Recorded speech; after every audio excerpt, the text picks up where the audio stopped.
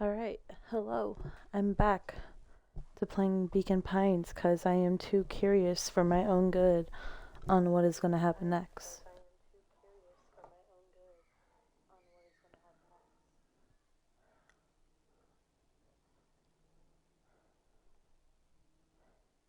Jesus Christ, people are yelling everywhere outside.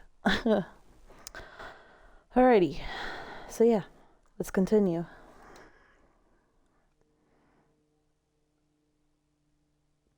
Little goober. With a nonchalant wave of the hand, he made his exit. As the clipboards began to slowly advance on the treehouse, Luca looked to Iggy with resignation in his eyes. The end. Alright, That this is what happened. escalated quickly. Maybe discretion was the better part of valor here. Let's put a pin in this for now. Okay. So the only other thing we could really go to is, I guess, this one for the warehouse. When that guy comes up to us. Struggle. This is a story about struggle. Luca could hear a machine humming somewhere nearby. He felt around wildly, searching for something, anything that could help. His hands found a hard object, maybe a tile? He yanked it free, lifting the cold stone. Let me go! Luca swung the tile as hard as he could at the shape that still held fast to his leg. He heard the crack of glass as the stone hit the assailant's mask.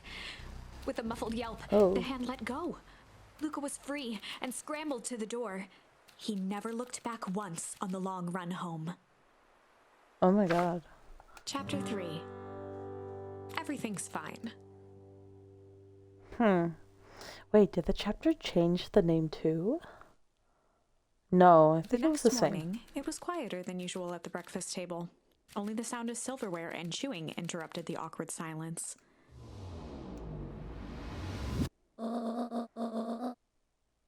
I finished sharing a mess of jam last night. Alright, we've already read through this. Yes, already. She's gonna have... Oh, wait, no. Deliver jam to Mr. Tolliver. One for Mr. Tolliver at the Bag and Wag. Why is it now different? Another for Mrs. Fratelli at the diner.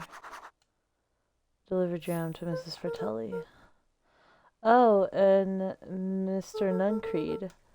He said he wanted some more. I suspected as much. Yes, he seems to have taken a particular interest in my jam.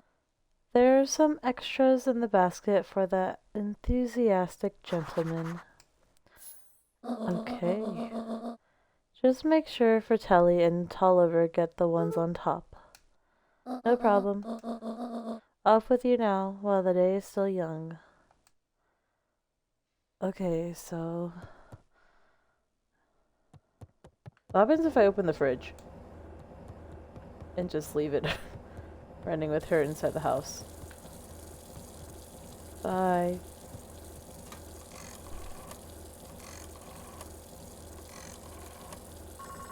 This time she's calling? Oh boy. Hello, it's Juniper Hartford. Before you hang up, just hear me out. I have a business proposition. The simple matter is we both have the same problem that needs solving. Very well, we can meet tonight. Oh. What the heck? Oh, it's a little basket. Look at us. Oh boy. Oh. Roller's fine. Alright, because we didn't take him with us in that route. Sorry about yesterday. Roxy can be so annoying. But good news. No more boring chores for me today. Did you make it to the old Valentine warehouse? So, what did you find? Give me the dirt. Something happened. There was someone else there. What? Who was it? Was it aliens? I knew it would be aliens. No. Zombies? No. Alien zombies? What else could it possibly be? Rollo, I've got to deliver these into town first.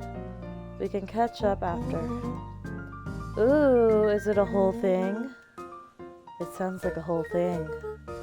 Yeah, we shouldn't talk about it here. Meet me at the treehouse tonight.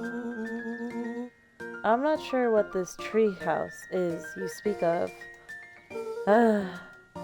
Meet me at Mission Control. Roger that, Space Cadet.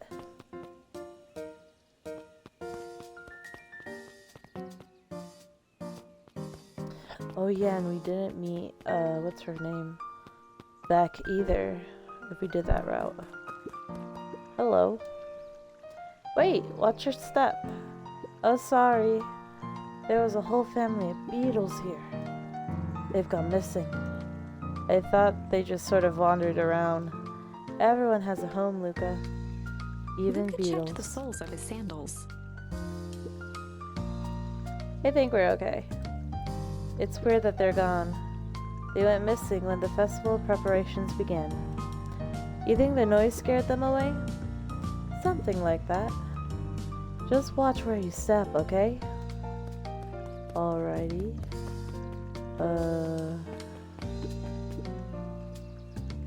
You can tell those jerks. It doesn't matter how many boxes they pile up. I ain't moving. Huh. And he fell back asleep. Okay. Oh, there's that.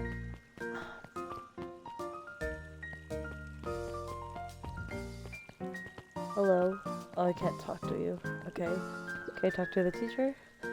Anger from the past, mistakes not yet made, and a glimmering hope for the future. He carried them all in equal parts everywhere he went. Oh heavens, what a burden to bear. I don't know what half of that meant, but I know your story's trying to add up. Can I talk to anybody? No. Okay. What about these people?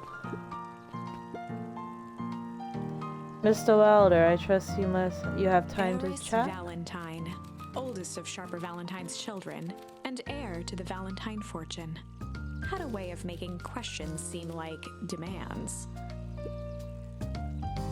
Certainly. What seems to be the problem? Mr. Wilder had learned to assume that if he was hearing from Eris, it was because she had taken issue with something he had put in the paper. I couldn't help but notice that the front page of this morning's paper was consumed with stories about this silly festival. Well, yes, that is the news of the day. But there was no mention of the museum, nor the foundation through which it was endowed. I'm sorry, Miss Valentine. My readers are more so interested in this town's future, rather than any one family in particular. Huh, there was a time, Mr. Wilder, when the goings on of my family was the only thing this town cared about. Well, things change, ma'am. And you know, change is dangerous, if you finish that thought. I will make that monocle a permanent fixture of your anatomy. My apologies. Good day, Miss Valentine. Did I give you the impression this conversation was Mr. finished? Wilder averted his gaze and began to polish his monocle. Well, good day, Mr. Wilder. Jeez.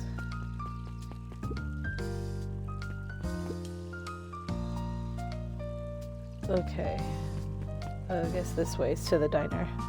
Oh, yeah, a whole new place. Hey, Dawn. Yawn. Hey, Luca, Dawn what's had up? dreams of becoming a big-time reporter. At night, she searched for the story that could be her big break. By day, she hawked papers at the newsstand. Yawn. They got you on jam delivery, eh? Yep. Hey Don, have you noticed anything weird around town lately? What sort of weird things? Stuff going on at the old Valentine building. Oh, you might say I've heard some things. I'm working on a story about it right now. So, what's going on? Can't say quite yet. I still need to follow up on a few leads. Keep me in the loop, okay? Sure thing. Have you seen the new kid around yet? New kid? Yeah, came in from the big city. Her parents both got jobs here. But get this, one of them is working for William Kerr and Perennial Harvest. And the other is working for Eris Valentine. And the Valentines represent Beacon Pines past. Perennial Harvest has positioned itself as this town's future. Must make some interesting dinner conversations. I can imagine. Damn. What's over here? Oh, nothing. Hello. Well, if it isn't my favorite little jam runner. Hi, Mrs. Fratelli. She Look leaned at you. forward and pinched Luca's cheek. You're all skin and bones.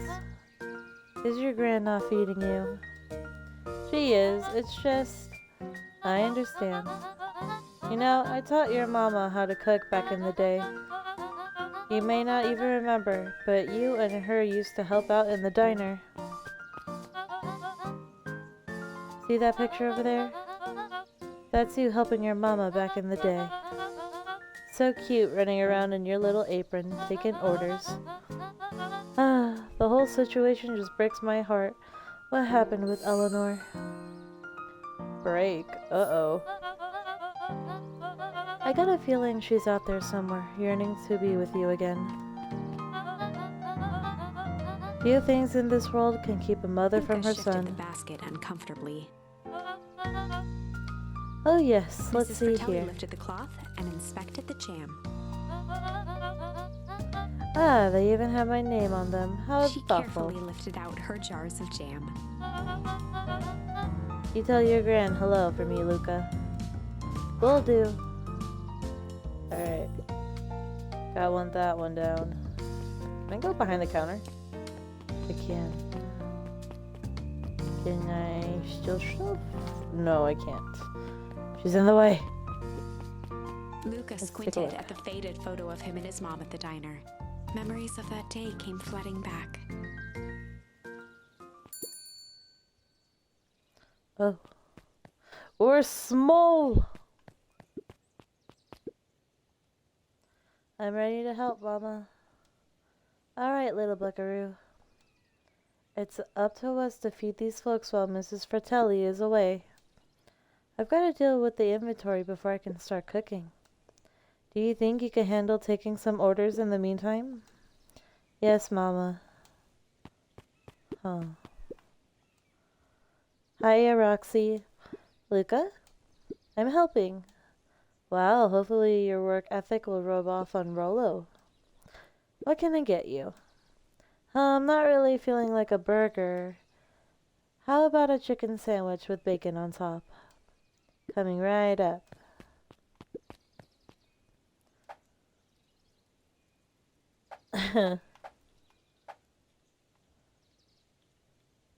What does indulgent do? Oh, great heavens.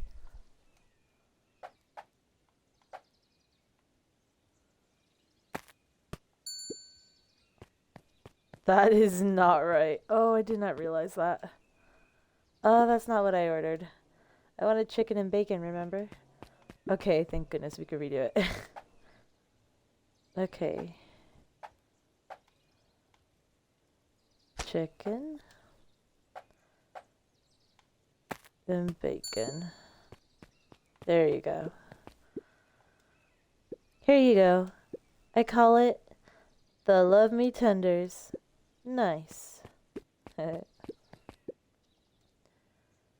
Katzooks, they've shrunk the Jeff waitstaff. slapped the table and gave Luca a toothy grin. Oh, that's Jeff. How's your pops doing? He's been pretty busy these days. I know the feeling. Tell him that finishing rod he ordered should be ready next week, will ya? Sure thing. I've been in the mood for something sweet. You got a burger that can satisfy a sweet tooth? A sweet burger? Yeah, and top it off with some grilled cactus. Grilled cactus? The heart wants what it wants. Okay. What an interesting combination.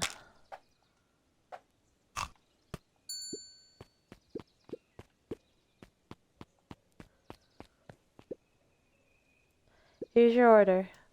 I call it sweet and stabby. Ha, now that's a burger with bite. Well, alright then. Aren't you a little young to be waiting tables? I'm just helping out. Ah, my father had me hustling when I was your age as well. Father always says, children are to be sails, pulling a family ever forward. That doesn't sound very fun. There's plenty of time for fun. For instance, Father and I always make time to have lunch together once a month. Luca glanced at the empty seat across from Gus. Should I come back? Oh no, turns out Father was too busy to have lunch today. I'll just go ahead and eat alone. Oh. The silver lining is without him around, I can have my usual. A nice stack of cold cuts topped with a pile of sloppy chili. Okay.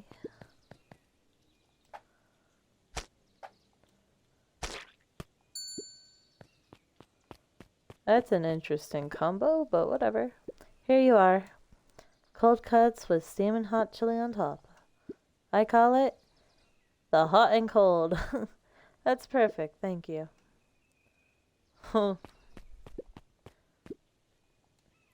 Looks like we're missing a few things.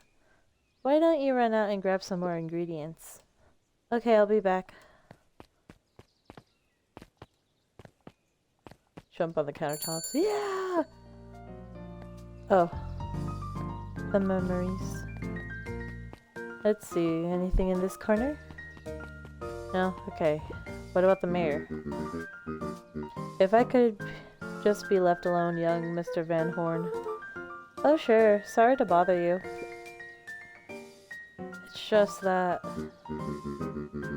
Mr. Kerr has asked me to make the opening speech at the festival.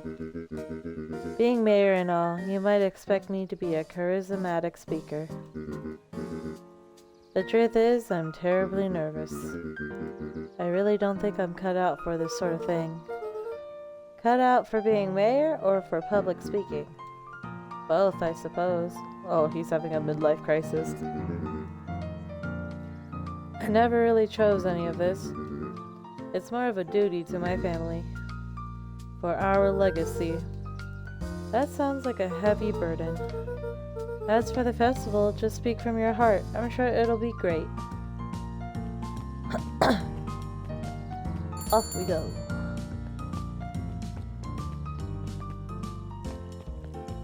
Let's see if this thing is down here. Oh yeah!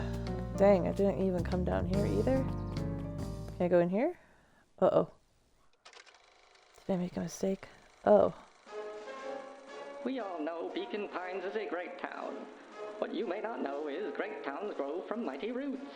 And that is why you cannot tell the story of Beacon Pines without telling the story of one Sharper Valentine. Young Sharper's keen intellect and strong moral fiber led to a grand vision. A vision of a community dedicated to a better tomorrow. In his own words, a better tomorrow is within our grasp, but it requires a singular mind to harness it. Lucky for us, he decided to grow that vision here in Beacon Pines. And how does one grow a better tomorrow? With fertilizer, of course. Valentine's Fertilizer Company became the lifeblood of a town yearning for purpose. But then tragedy struck. A scientific experiment gone wrong. An accident which took Sharper away from us far too soon. To this day, we struggle to pick up the pieces. But one foul harvest isn't enough to stop the people of Beacon Pines. The spirit of Sharper Valentine lives on. It lives in the hearts of everyone with a dream for a better tomorrow. Together, we will follow his example and grow a bountiful future. Paid for by the Valentine family and the Valentine Fertilizer Company Riverfence Fund. Okay. Huh. Well, that was something. That was unhelpful. Well, alright. How do you keep the ice cream cold? Do you keep them on ice? Where do you get the ice from? I don't know. Somewhere cold. How do they keep somewhere cold? Cold.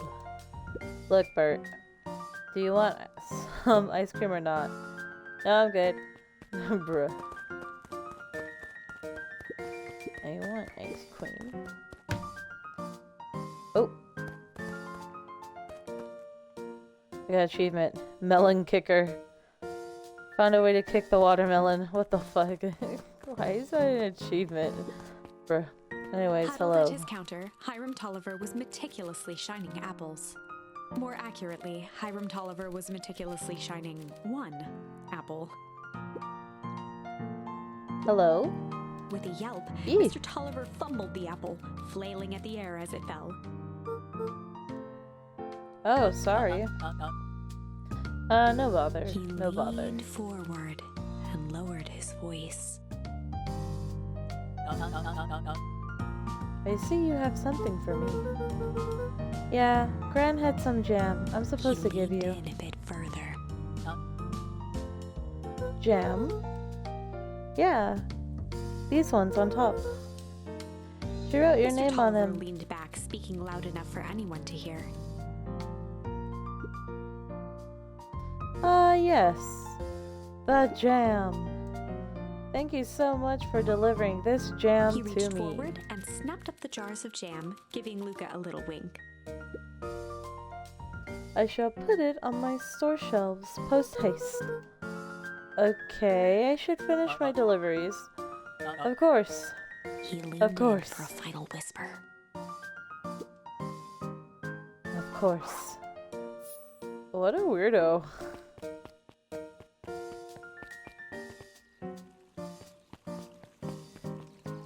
Okay, I guess off to the other weirdo. Oh boy, he's right there. Jeff's hardware Oh. closed down about a year ago. The effects of the foul harvest stretched wide. When there are no crops in the field, tractors don't need fixing. Fair enough. I didn't mean to come in here. I mean, can I talk to them again, though? Hey, Kato. Good afternoon, Luca. Can I help you find something? Maybe, maybe not. Try me. Well, there's been some weird stuff going on at the old Valentine warehouse. Can't say I know anything about the old warehouse. But empty hives don't stay empty for long. Kato motioned to Huh? the book in front of him. The more I read about bees, the more similarities I see with people. If a hive collapses and fails, it doesn't stay empty for long. A new queen will set up shop pretty quickly. So you're saying it would make sense for someone new to start using the warehouse. Nature's abhors a vacuum. Huh. Hey, Jace. Oh, hey, Luca. Have you seen this new issue of Hank Atomic? Not yet. No spoilers, please. It's awesome. It's a flashback. No spoilers, please. We get to see how mild-mannered Henry Adams becomes. Hank Atomic, man of space justice. Jace, no spoilers. Oh, sorry. My point is, you're gonna love it. Alright, Jace. Catch you later. Roger that, Space Cadet.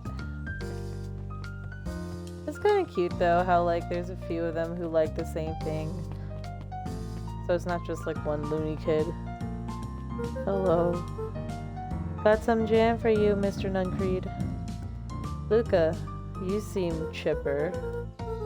Well, aside from being on delivery duty, it's a nice day. Mr. Nuncreed eyed Luca for a moment, then nodded in agreement. I suppose it is. So, do you want your jam? Alright. Usually Jennifer drops those off herself. I guess she's busy today. Anyway, this is my last delivery for the day. Oh, in that Nenfried case, snatched the basket from Luca. I'll hold on to the basket until the next time I see your gran. Okay.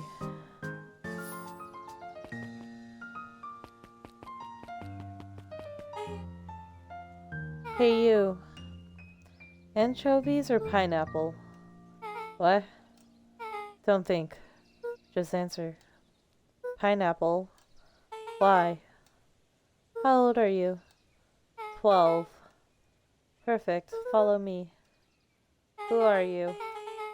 Anyone ever tell ya you ask too many questions? Just try to keep up, okay? Bruh. What just happened? Welp. Okay.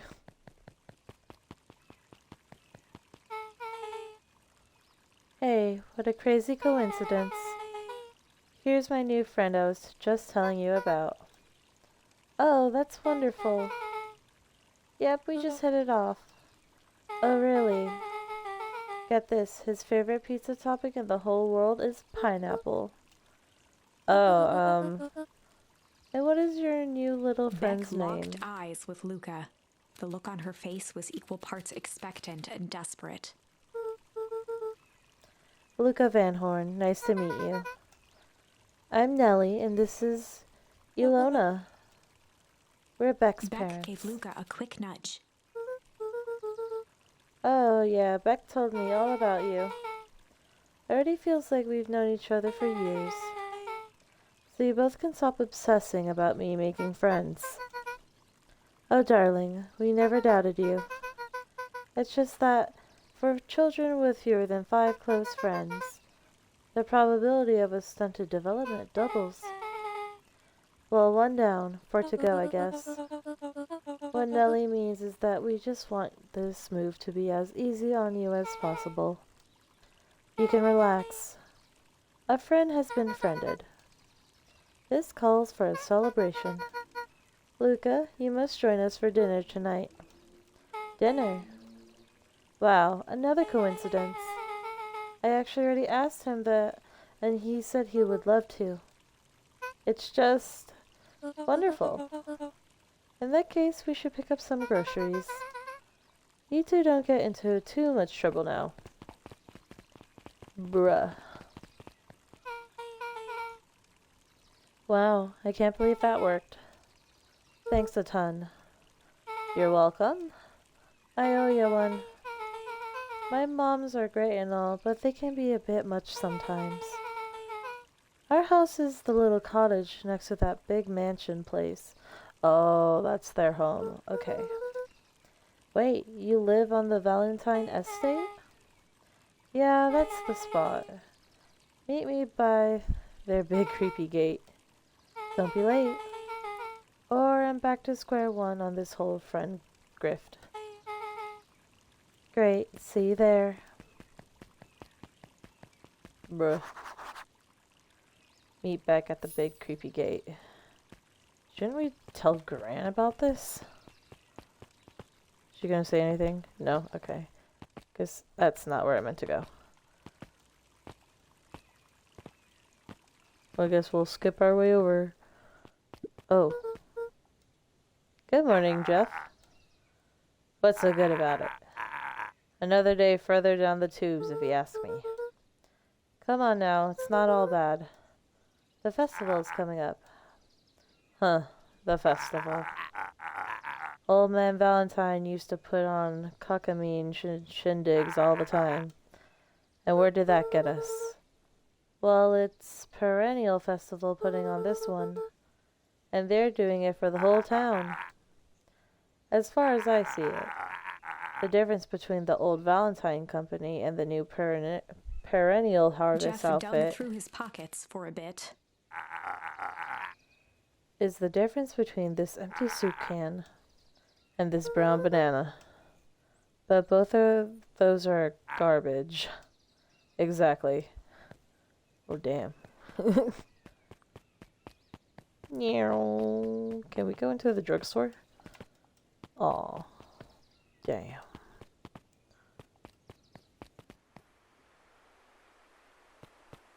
Can we go back in here? Oh, fuck. Oh there, little buddy. What brings you to this neck of the woods? Oh, I was just wandering around a bit. Wandering? How wonderful. Children and their wonderful wandering. Oh, to be young. Anyways, I can't let you pass just now. Top secret business Mr. that Kerr away. winked with a wry smile. I'm just yanking your chain. Perennial Harvest is just making a He few gave Luca improvements. an energetic thump on the shoulder. Better head home now. Our harvest awaits. Okay. What happens if I go back there again? Alright, you little rascal. Better head home now. One more time. Alright, you little... Okay, no, he just says the same thing. Okay, damn. Alrighty. Alright, we did it. So, who all lives in that house? Harris and Gus Valentine grew up there. And Solomon moved back in a few years ago. The creepy little kid in the vest? That sounds like the one. So, just 3 people living in that huge thing?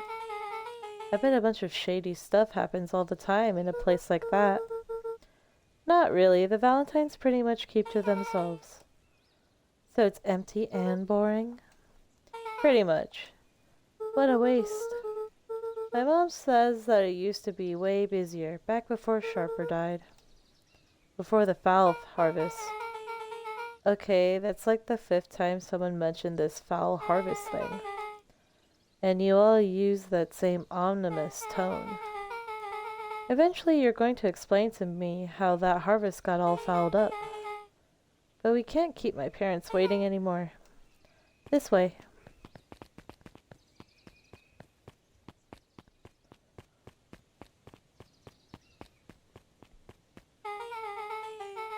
Most kids would have just ditched me by this point. Why are you still here? You look like you could use some help. You know what, Luca? You're not so bad. Let's get through this as simply as possible. Just eat, smile, and nod. Fun. Great. Whatever you do, don't bring up their work. I think I can handle took a that. long breath, then gave a firm nod. Here goes nothing.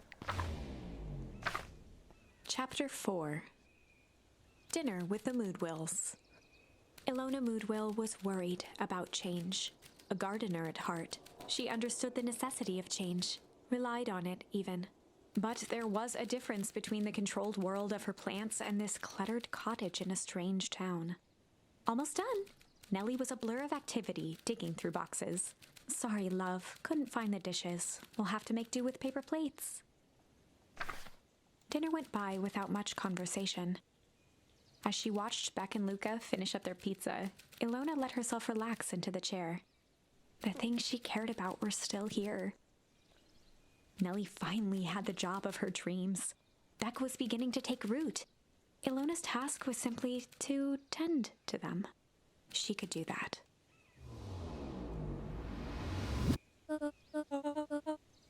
So, Luca, tell us a bit about yourself. Where do you live? Oh, I live with my grandma. Over on the other side of the river. Your grandma? Where are your parents at? Beck. Manners. It's alright. My dad passed away in an accident at the fertilizer plant 6 years back. Oh dear. My mom's been missing for a few months now. Like, missing? Luca's eyes were fixed to his plate, pushing a chunk of pineapple around with his finger. Nellie was the one who eventually broke the silence. Luca, how did you like the pizza? Oh, it was good. Very good. Normally we'd have put more effort into Ilona dinner. nervously gestured toward the boxes. We aren't fully settled in, and Beck had mentioned that it's your favorite. I'm sorry. Are we just skipping the part where he said his mom was missing? Beck. I'm sorry, Luca. This move has us all a little Luca wiped tired. his face with his sleeve. No, it's fine. So Beck said that you moved here Beck for gave work? Luca a swift kick under the table. Ow. I mean, what brought you to Beacon Pines? Oh, you were right the first time. We're here for work. Nellie won't tell you this, but she's a brilliant chemist. I don't know about brilliant, but I do love it. She's brilliant. Perennial Harvest just made her their newest lead researchers of deep engineering. She makes it sound more impressive than it is. Wait, wasn't it the guy in the dumpster in that body bag a deep engineerist? Uh-oh. I'm just happy that I get to make a difference in the world.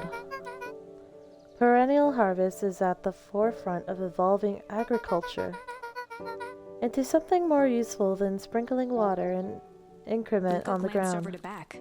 She seemed to be holding her breath.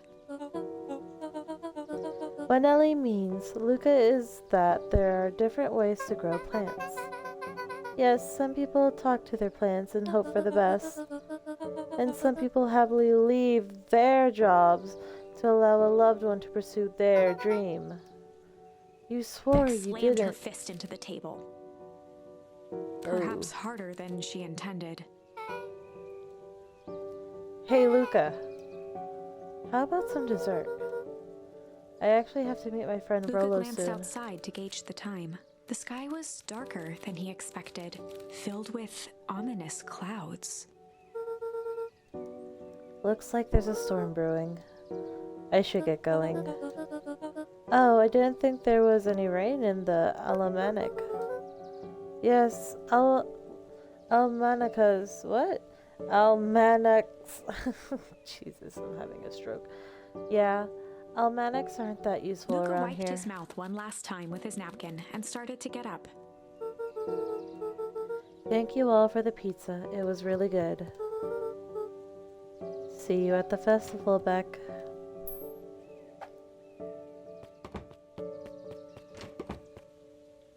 Wait up.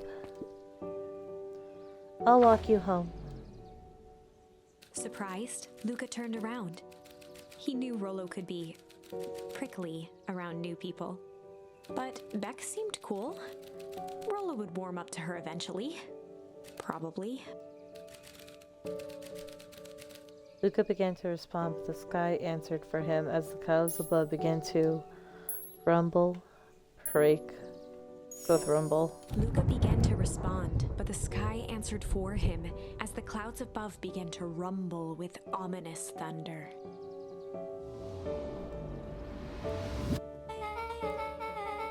You sure we can make it home before the Luca storm kicks surveyed off? the roiling clouds.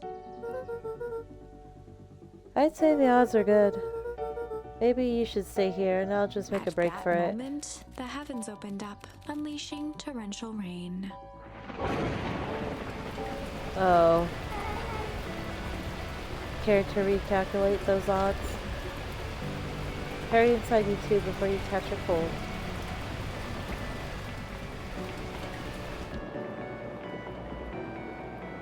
Luca, Nellie will keep trying to reach your gran on the phone. In the meantime, you two hold tight. Sorry, not much to do up here. Most of my stuff is still in the boxes.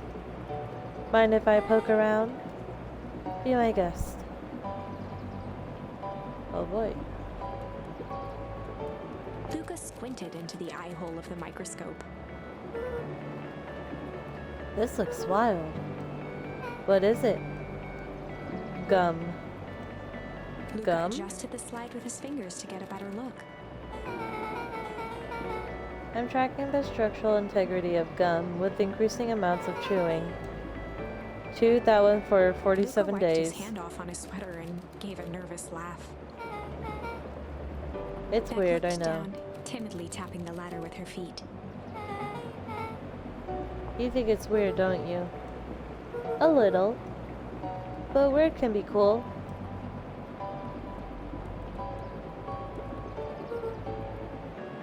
Oh wow. Rollo and I have a radio just like this at the treehouse. Probably not exactly like this one. My mom and I tore the whole thing down to the bolts.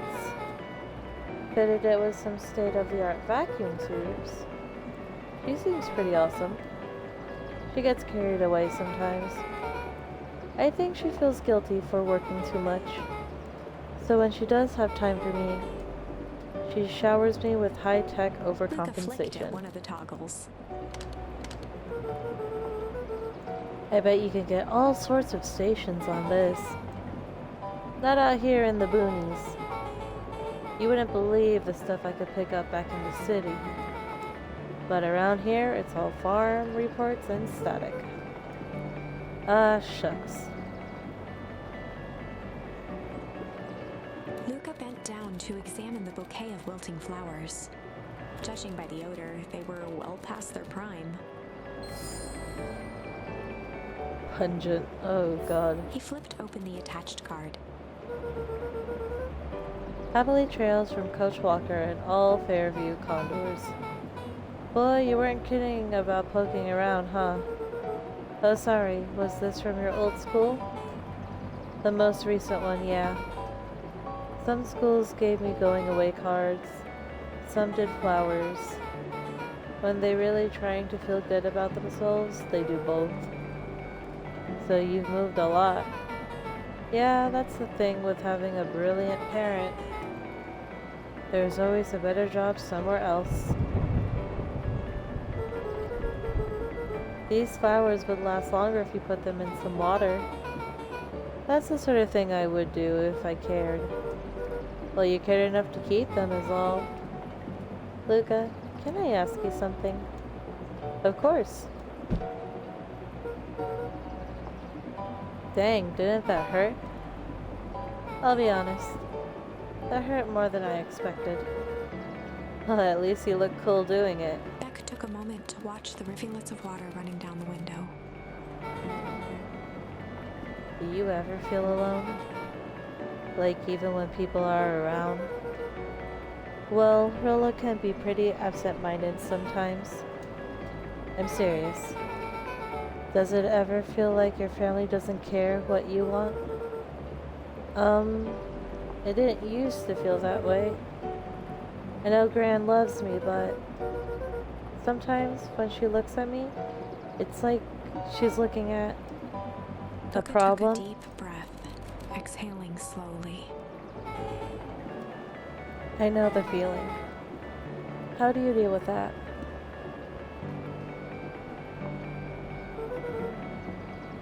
I guess I haven't yet. But one thing my dad told me when I was little, don't hold a grudge, especially against yourself. If you truly hold it all in, you're gonna pop. So then, what do you do when you don't know what to do? Dad never got to that part. Something I figured out on my own though. You gotta do something. Anything. Here. What are you doing? I don't know. Something. We're gonna register our complaints with the store. Listen here, you miserable universe. Stop jerking me around. I just want things to go back to the way they were. Everyone tells me it's gonna be alright. The things are gonna Luca change. let out a feral scream that echoed into the night. Every time something changes, everything gets worse. Screw this town. Whoa. Let me try. Moving sucks. I hate it. I hate that. I hate it. Why can't I just deal with it and be happy for my mom? Why can't we just stay somewhere? Her Brah. voice dropped to a trembling whisper. I just want to be a normal Beck kid. brushed off her shirt and straightened up. There. Wow, I actually feel a little abruptly better. as it began, the storm abated. Thanks. I needed that. Me too. I should head out before the rain starts up again. Sure, I'll walk you out. See you and Rolo at the festival? Sounds good. Luca, don't let the universe jerk you Beck gave around. Luca a light thump on the arm before heading in. Chapter 5. Friendly Feud. The air was heavy with a hard rain's residue, the smell of wet things. Despite his dreary surroundings, Luca felt at peace. He'd never shared those details about his dad with anyone, not even Rolo. But it's not like this changed anything. Rolo was still his best friend. Adding Beck to the group would help balance things out. Everything's better in threes. This is what Luca told himself as he headed to the treehouse. Alright, we have to go to the treehouse. Okay.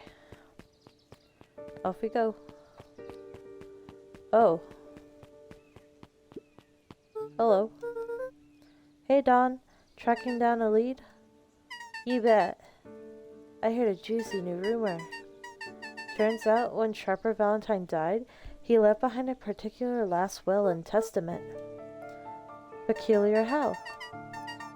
He didn't just give his kids an inheritance. There were conditions. Like what? The documents stipulated that Eris had to take on a child as her ward. A kid our age who just showed up to town one night with a lawyer. Solomon? Bingo. So Eris was forced to take care of him. Yep, or she would have lost everything. Why would Sharper care so much about some random kid? Rumor has it old Sharper sowed some wild oats. That explains the way Eris treats him. Poor Solomon. How did you find all this out? A good reporter never reveals her source, Luca. Okay. Ooh, the mushroom is glowing. Can I go up here now? I better not dilly-dally. Gotta get to the treehouse. Okay. Ooh, it's kind of creepy at night.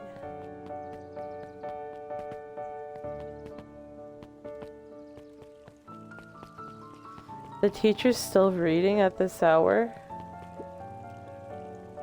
He met his old friend's eyes and was greeted with nothing but ice-cold anger. Heavens! This is no time for fractured friendships. Okay, is anyone down here? No. What about up here? Okay. No dilly-dallying. Ooh, what if I go this way? Can I go in the diner? Oh, it's locked. Okay.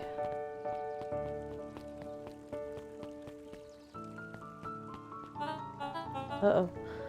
Excuse me, what are you doing? Just locking up for the night, sir. Oh, wonderful.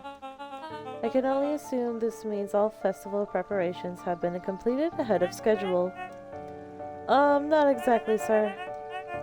The storm set us back a bit, and it's getting late, so we all decided to. You all decided? Yes, sir. I was unaware that your job involved deciding things. We all here at Perennial Harvest because we believe in creating a better future, yes? Yes, sir, very much, sir. Do you want to be the one to tell the town that we failed them? No. That we gave up because there was a little rainstorm and we all got sleepy? Of course not, sir. Good, then it's decided. Yes, sir, we'll work till the task is done. See that you do. Our harvest awaits. What the fuck? Damn, bruh.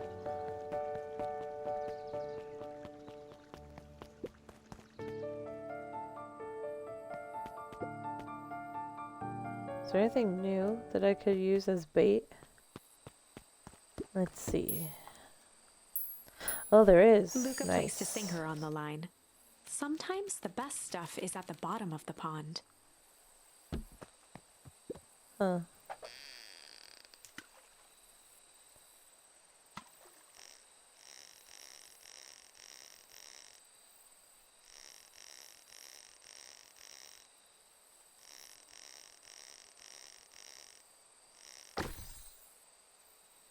Ooh.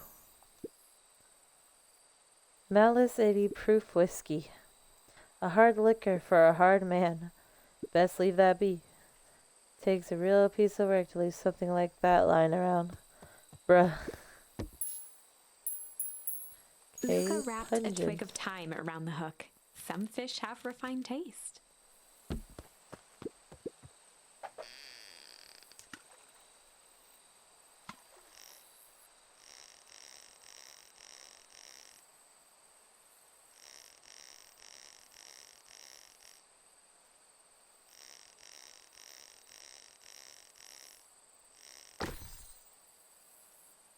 Is that a pocket watch? Property of Sharper Valentine. Figures. If he had his way. Property of Sharper Valentine. Would be written on everything in this town. Should we give it back to him? He may not even want it back. The man's got a continuous relationship with time. We'll keep it here in case he ever wants to pick it up. Looks like we could use some new bait. What do you say we head out and find some more? Okay, goodbye. Damn. Rollo, are you still up there? I'm sorry, Rollo isn't accepting visitors at the moment. Come back, Luca never. had only ever heard him speak in this stiff yet gentle tone a few times, and it always meant one thing. You're upset. Oh, what makes you say that? Maybe because my best friend abandoned me for no reason? I didn't abandon you. I'm just a little Rollo late. scoffed. The rain held me up. Liar. You weren't even home. What? The storm got bad and I got worried. So I went looking for you. Imagine my surprise when I made it to your house and you weren't there. I hadn't made it back yet. I'm not a fool, Luca. It doesn't take all day to deliver some jam. No, that storm rolled out of nowhere. And I got stuck after dinner at Luca Beck's. stumbled on his words, knowing he'd said too much. Beck? Dinner? What the heck is a Beck? She's a new kid in town. She's actually kinda cool. You'd like her. She needed help convincing her parents that she made a new friends. New friends? I spent all day waiting for you. And you were off making new friends? It's not like that, Rollo. You know, while I was waiting, I made some upgrades to Mission Control. It was going to be a surprise. But you took so long, the storm knocked it all down. Just like you knocked down our friendship. What does that even Luca mean? became instinctively angry in response. Both boys were now shouting across the distance. Oh boy. It means you're a bad friend. You don't care about me. Of course I care, you ass. I knew I'd get in trouble waiting so late for you. But I kept my word. 'Cause that's what friends do. Oh wow, what a noble sacrifice you made. Easy for you to say. Your grand doesn't even care. You can stay out as long as you want. And you wouldn't even get in trouble. Seriously? You're acting like I chose this? If that's what you think, then maybe you're the Rollo's bad tone friend. changed to a calm, yet more intense anger. Maybe Pa is right. Storms bring more than water. This one brought out the real Luca. Stop quoting your Pa's nonsense like it means anything. Well, yeah, at least my Pa is still around. The words Bruh. hung in the cold night air. Rollo's stomach dropped, knowing he'd crossed a line. But it was too late. Luca, Good night, Rollo. Dang it.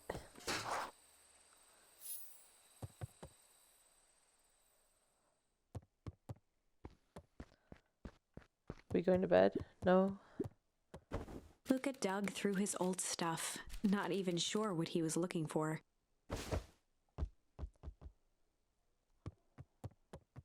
We playing soccer now? Rollo. What a jerk. Call me a bad friend? Oh, I'm Rollo. Look at me and my amazing family.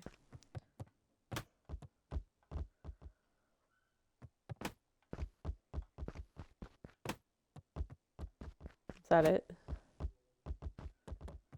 Okay, let's go downstairs. If Rollo thinks I'm still going to the festival with him, he can shove it. Oh, okay. We go to bed then. I guess I'm just never supposed to make new friends. Weep. Oh. Luca? Gran cooed gently from the hallway. You slept straight through breakfast. Luca, are you alright? I'm fine. Just don't feel like getting up yet.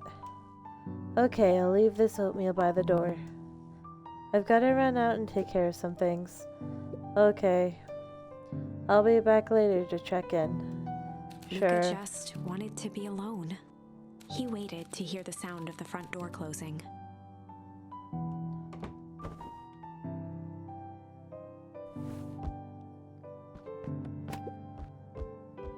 I bet Rollo's still gonna go to the festival. Huh. He's gonna be miserable. Is that it? Okay. Okay, maybe not. Do we go back to bed? I guess we're going back to bed. Luca dozed off again. Luca, I see you didn't eat your oatmeal. Wasn't hungry. Well, just in case you get hungry, I'll leave a sandwich here too. Thanks. Rollo came by. What did he say? He wanted to talk to you. What did you say? I told him you weren't feeling well. Good. So your plan is to just sit in your room all day? Pretty much. Well, I need to pop away again for a minute. If you decide to end your pity party and go outside, I think it'd do you some good. Luca Noted. still couldn't bring himself to go out. Besides, if he ran into Rollo, he'd have to actually confront the situation.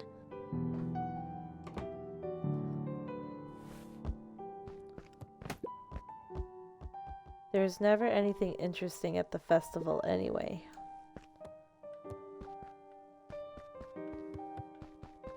Do I have to kick that book off?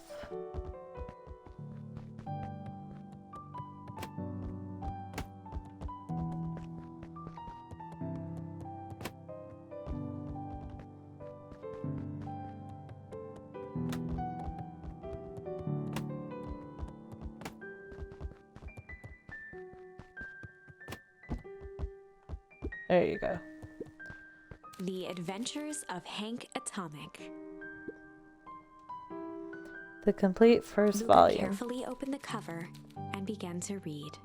Rollo had received it for his birthday. A special hardcover edition with behind-the-scenes commentary and bonus art.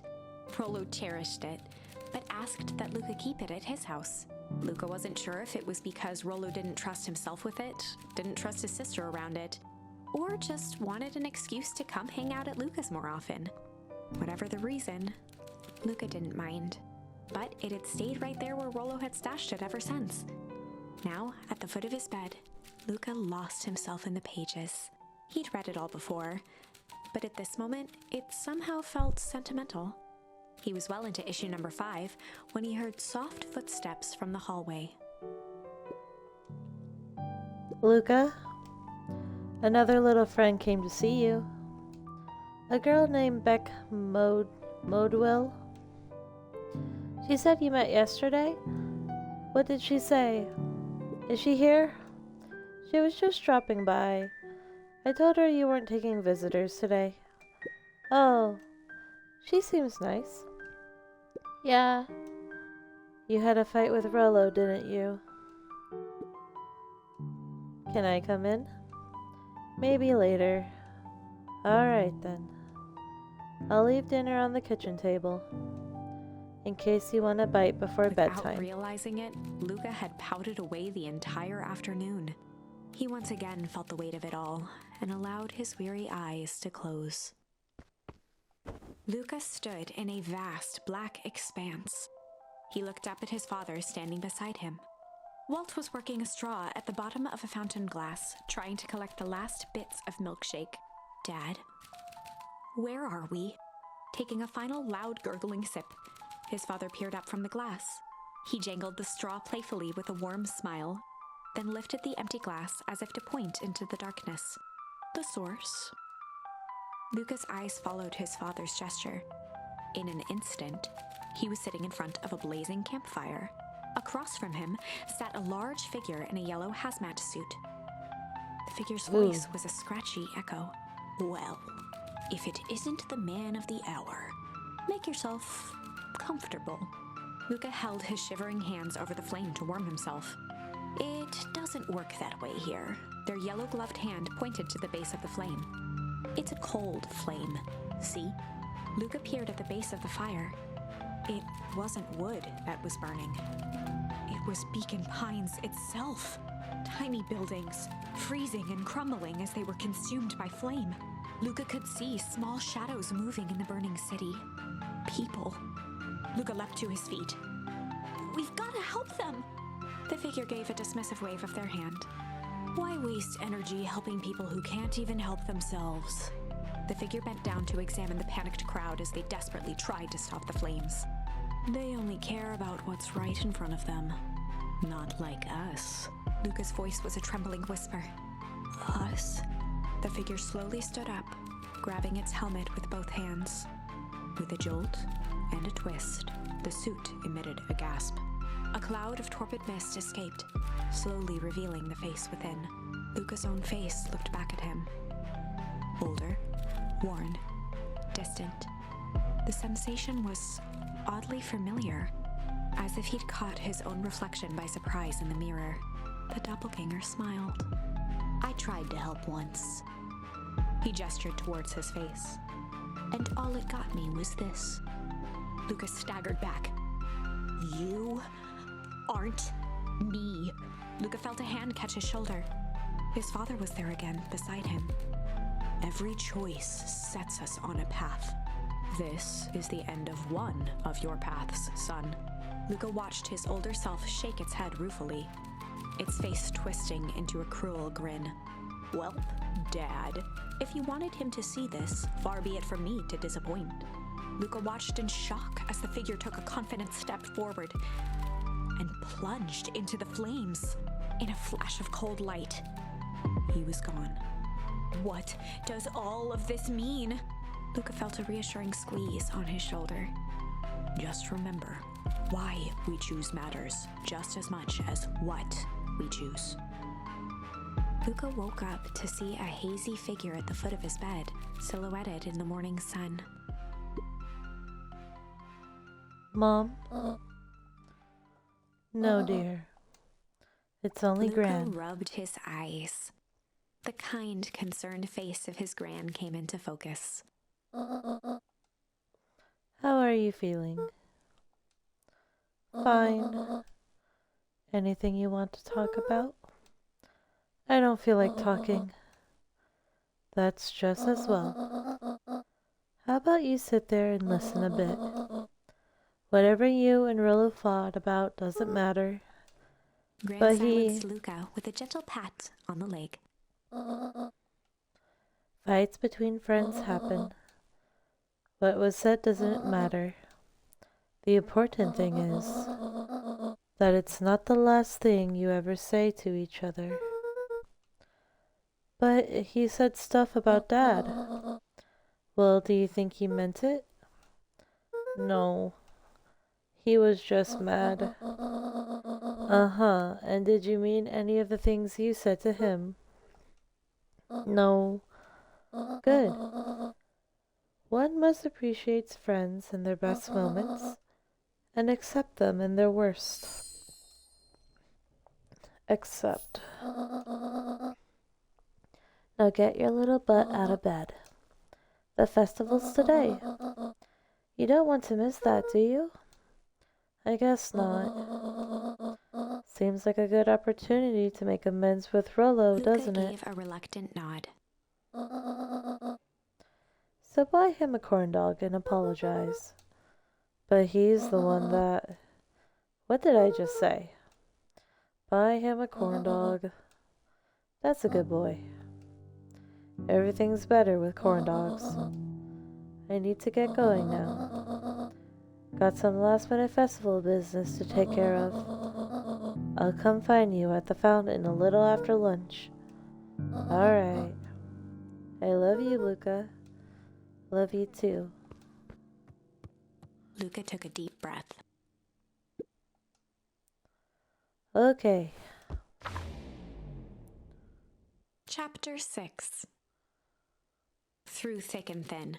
Despite Luca's bitterness, Gran was right. He needed to hash things out with Rolo. A big fight changes the nature of a friendship. Whether, in the end, it is for the better or for the worse, all comes down to understanding. If one is not careful, the same familiarity that builds the strongest of bonds can become the wrecking ball that shatters them. Luca emerged from seclusion, taking in the crisp festival air. But the events of the day weren't on his mind. He had to find Rolo. Oh boy. Can we ever go back up here?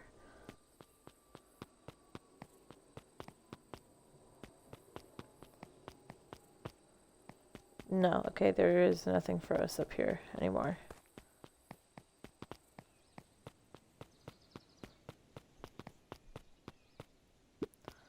Oh, it's Roxy. There you are. Luca. Rolo wanted me to tell you something. What is Roxy it? rolled her eyes, shaking her head. A space adventure through you needn't buy it. If you brave, go somewhere quiet. Roxy, I don't... It's a riddle, Luca. My goofy little brother wants you to Luca find looked him. down and kicked at the dirt. Look, I know you two had a fight. The only thing more annoying than my little brother is my little brother without his best friend. So I'm doing him this one favor. Now I need one favor from you. Whatever it is that went down between you two, squash it. Okay. A space adventure through you needn't buy it. If you be brave, go somewhere quiet. Hello, email. Welcome back. Who put milk coffee in my dark coffee? Asian parents. What?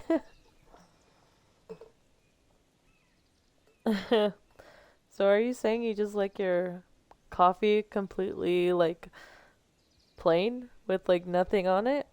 I mean, to each their own. Personally, I like to add a bit of creamer.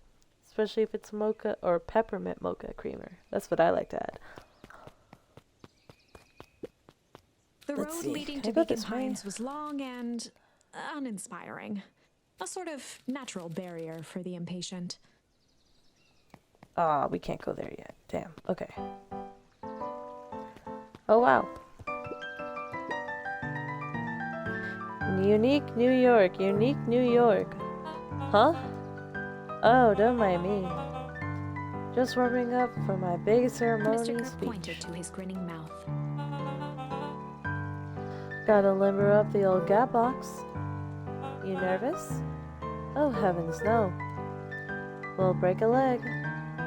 Give me the oh, I don't know what you said, bro. How goes the beetle hunt? Pretty rotten. I haven't seen so much of an exué. And it's not just the beetles. This morning, I couldn't find any critters at all. It's like everything that buzzes or skitters just packed up and left. I'm sure they're out there somewhere. Maybe all the commotion of the festival just spook 'em. Yeah, maybe that's it.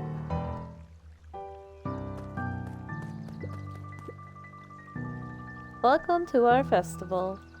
Don't forget to come back later for Mr. Kerr's speech. And the perennial festival sign reveal. You don't want to miss it. Okay. I don't know who Perennial Harvest thinks they're impressing with this ridiculous festival. Totally. The town's still falling apart. The weather's still cruddy. And this season's harvest looks like it's gonna be worse than last year's. You said it. No amount of corporate pondering is gonna change any of that. Exactly. But the lemonade at the drink stand over there does look pretty tasty. Bits. I'm still gonna be mad at them. I'd just rather be mad while sipping some delicious lemonade is all. Bruh. Can't talk to you.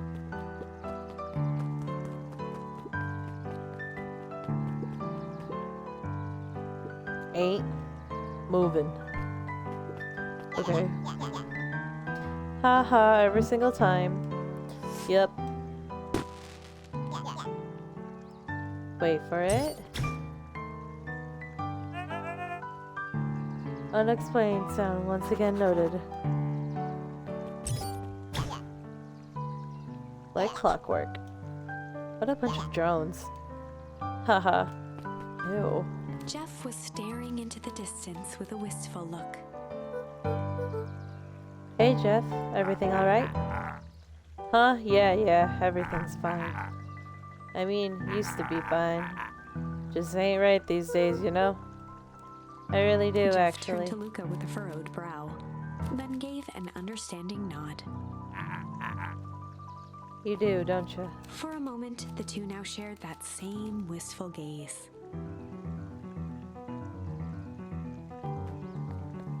Okay. Can we leave?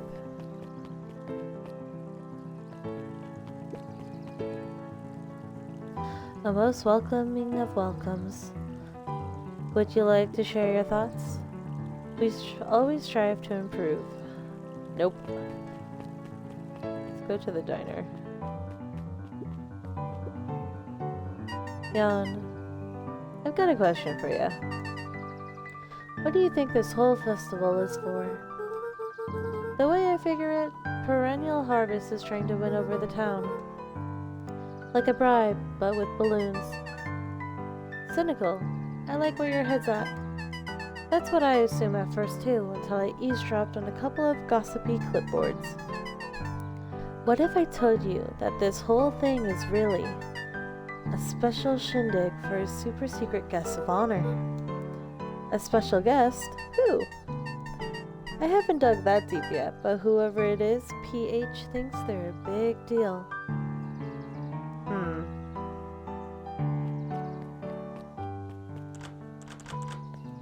Diner's closed. Damn.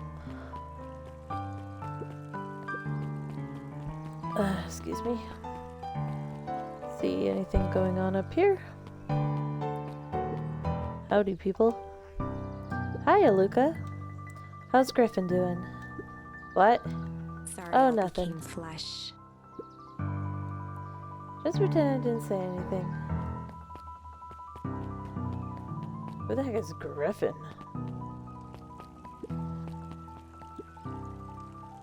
This is the first time I've seen this many smiling faces since the Foul Fest harvest. Blech. I had my doubts about perennial harvest, but I must admit, they do put on a nice party. I can't say anything to the teacher?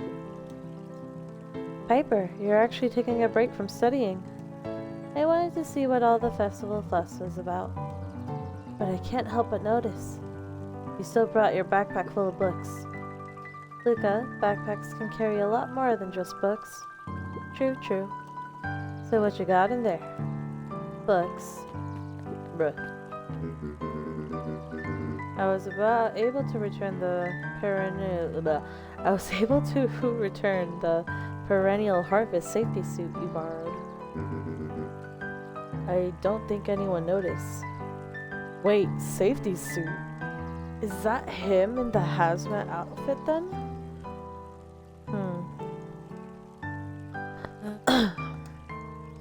Good.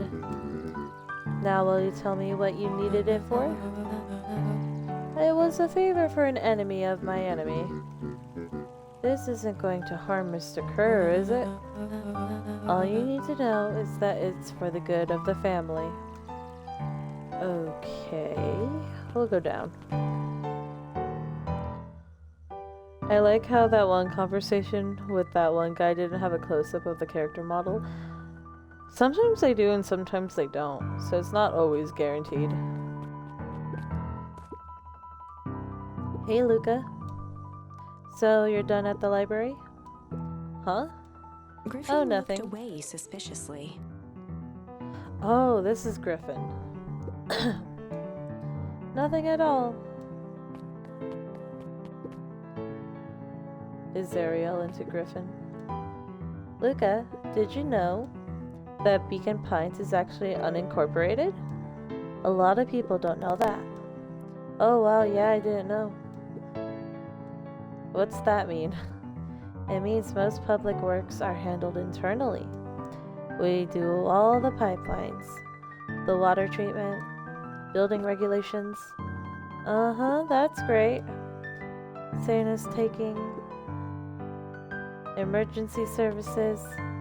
We don't want to talk to the kid. Okay, we'll go over here now.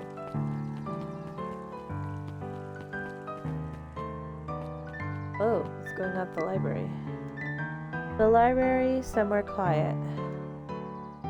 This is where he wanted to meet. Hey, Hato's Luca. eyes lit with excitement. I've been expecting you. Bravo on deciphering the first riddle. Oh god. Oh, we got achievement. Riddle me this. Solved a riddle. Gee, thanks. The first. Oh, you didn't think that was all, did you? Rollo does go all out, Hato doesn't he? straightened up and cleared his throat as if preparing to sing. Ahem. On planet Farpole, you may take issue. When the fifth king dies, you'll need a Hato tissue. stared at Luca eagerly. Get it? Want me to tell you? No, it's okay. Let me figure it out. Alright, when you find it, bring it here to be verified. And if you decide you want a hint, the offer still stands.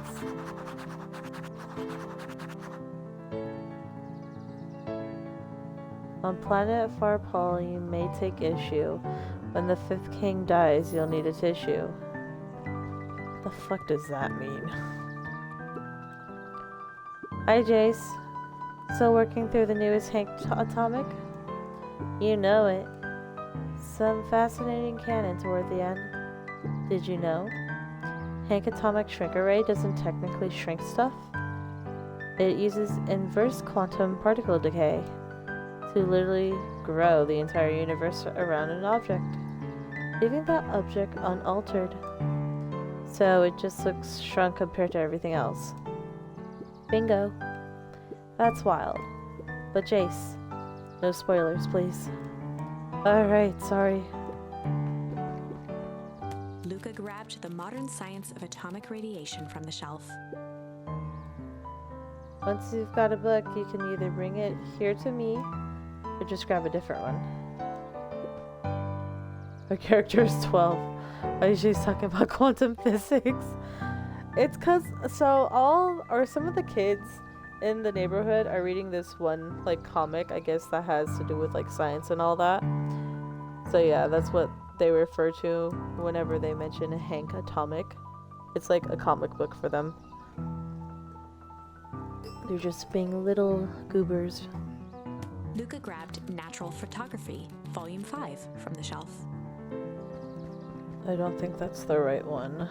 Luca grabbed The Adventures of Hank Atomic, issue number 4, from the shelf. It's probably that one, but Luca we'll see what the grabbed other ones Adventures are. of Hank Atomic, issue number 5, from the shelf. Wait, what is the objective? That's the wrong thing. I didn't mean to click on that. On Planet Farpal, you may take issue. When the 5th king dies, you'll need a tissue. Okay, yeah, he wants us to grab us the 5th book, which is this one. But I'm gonna grab all the other books just Luca in case. grabbed The 5 Pillars of Success from the shelf. Ooh. Luca grabbed The Issue with Self-Help, a helpful guide, from the shelf. Bruh, are you saying that I need help? Luca grabbed 500 meals for one big pot. What the fuck? Pretty sure it's the Hank Atomic one. Luca grabbed The Adventures of Hank Atomic, issue number 5, from the... Yeah, it's most likely this one. Ah, you Cado found removed it. his book from the desk and replaced it with Luca's, turning on the lamp. As he slid the book under the purple light, 2 words glowed. The Adventures of Hank Atomic, issue 5. Luca clicked his tongue with recognition. Rollo's cipher pen. He used to write secret messages everywhere with that. And only I had the special flashlight needed to reveal it. But I lost it. Well, apparently he traded Jeff for this purple light bulb. Parted with his entire Halloween candy stash. Oh, Rollo. Now let's see here. Cado began flipping through the pages, stopping when he hit a glowing word. Get away with such He a continued grift. flipping. Only found in Grub Cart. Reaching the end of the book, Cado looked up. That's it. Grift in Grub Cart. Griffin. Griffin's Grub Cart. He wants me to go to Griffin's snack stand. Ah, brilliant. I guess you're off then. Good luck on the rest of the scavenger hunt. Thanks, Cado. Go to Griffin's snack stand. Ah, that's why Griffin said that. Okay, we'll go. But what did you miss? Pretty much. So what happened is, you know, the boys found the dead body, right? Or like they were in that trash can, and then things happened. And then so everything for that route led to a bad ending. So I had to go back to start the new ending, or which is the one I'm currently on. And as of right now, we met the new kid in town, and basically we were supposed to go meet Rollo at the treehouse, but we ended up staying with Beck and having dinner at her family's house because she was being very persistent. And it started raining. Does it track endings? Yes. So the game makes you go back, but you don't have to restart the whole game. So if I clicked on the tree here, all of this, it has different endings to it. Or like, obviously different options have different outputs to it. Which is how you like continue stories. I like to continue. But yeah. So yeah, everything just leads up to one another. So yeah, that's what's happening. But yeah, off we go to back to Griffin's Snack Shack. Or whatever the heck it's called. And they're down here. Hi, Griffin. Hey, Griffin. Did Rolo Before come? Luca could finish his sentence, Griffin handed him a corn dog. Oh, that's it? Bought and paid for. Enjoy. I thought there was supposed to be a riddle or Luca shrugged, something. taking a sizable bite out of the corn dog. Yuck. It's cold. Oh yeah, that's been sitting there for a while. Rolo wanted me to be sure to give you that one specifically. Well, Luca that's tugged just... at his cheeks, feeling something rough between his teeth. He reached Ew. into his mouth and pulled out a slip of paper. He Oh, shook come off on. the bits of corn dog to read the slip. A pickup when you need some pep. Near the fountain up to Luca the finished step. off the remainder of the corn dog. This is going to be a whole thing. A pickup when you need some pep near the fountain up the step. Are we supposed to eat our grandma at the fountain? I think that's what's happening. Oh boy. Where is she? We're at the fountain.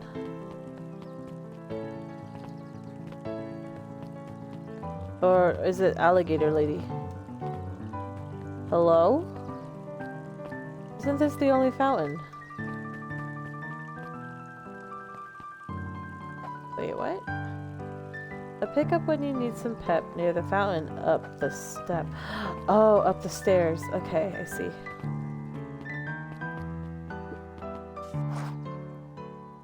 Aha. There you are, Luca. There's no way I'm actually doing this. It's way below my pay grade. Oh, come on, you big stiff. Let the kid have some fun. Fine. But Rolo owes me Louis one. waved his hands around sarcastically as he began. What takes flight but has no wings? Your final task a friendship brings. See, that wasn't so hard. Hard. Okay. I feel cheapened somehow. I think it's sweet. What takes flight but has no wings? Your final task a friendship brings. Good luck, Luca. That's a great question. Oh, Rolo's here. Hey. Hey. Did you find the comic book? Yep. And you got the corn dog? Yeah. Well then. I know it doesn't make up for what I said. But here, you've Rolo earned this. sheepishly handed Luca the balloons. I thought we were supposed to meet at the treehouse. Polite. Oh boy. Thanks. You didn't have to go to all this trouble. I'm sorry I got so mad. Dang it, you were supposed to let me apologize first. Oh, sorry. Now you've apologized twice before me. Just let me do this. Luca, I'm really sorry. With everything that's happened, with your mom and all, I've always wanted to be there for you. Be a good friend, you know? When you said you were hanging out with someone else, I kind of freaked out. Rolo. Still my turn. I felt like if you needed some new friend to help you, it meant that I wasn't good enough. But that was selfish and wrong. I was wrong. I'm so sorry, Luca. Okay, apology over. You can Luca talk now. threw himself at Rollo, hugging him as tightly as he could. Rollo, I don't deserve you. I don't deserve you either. That's why we deserve each other. So, what else do you want to do today? We could snoop around and try to find some sort of info about your mom. Snoop where? We could probably sneak into Perennial Harvest HQ while everyone's at the festival. Aren't you curious about all the stuff those clipboards write down? What if we get caught? I think I've had enough excitement for 1 week. Let's just make the rest of the day about us. Really? Yeah, the rest of the world can wait 1 more day. You know, I have been wanting to get some work done on the MCDC at Mission Control. The aim's a bit unpredictable. That sounds perfect. Head to the treehouse with Rollo. Okay, I guess that's what we're doing. With our balloons. It looks so goofy.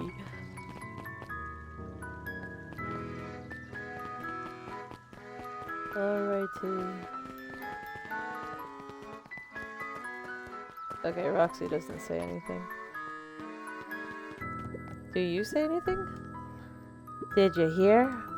After Mr. Courier gives his big speech, they're gonna have the first annual Biggest Catch competition. As long as a boot qualifies as a catch, I'm a shoo-in. Good luck. Okay. Okay. We're here. Oh, I almost forgot. I ran into your gran this morning. She asked me to give you Rollo this. handed Luca an unopened letter. I'll wait for you inside if you want to read it now. A Luca, letter? some things are going to happen that might be difficult for you to understand. If I am honest, I hardly understand them myself. But whatever happens, I need you to know that I love you. None of this is fair to you. You have already lost so much. We both have. I wish there was a simpler way forward. But if there is, I haven't thought of it. God knows I've tried. Everything I've done, I did for you. I hope someday you can accept that. Love, Gran. What? I love you too, Gran. Oh, I thought it was gonna be from his mom. Damn. Mom got the milk, oh no. Luca folded the paper into his pocket and headed up the ladder.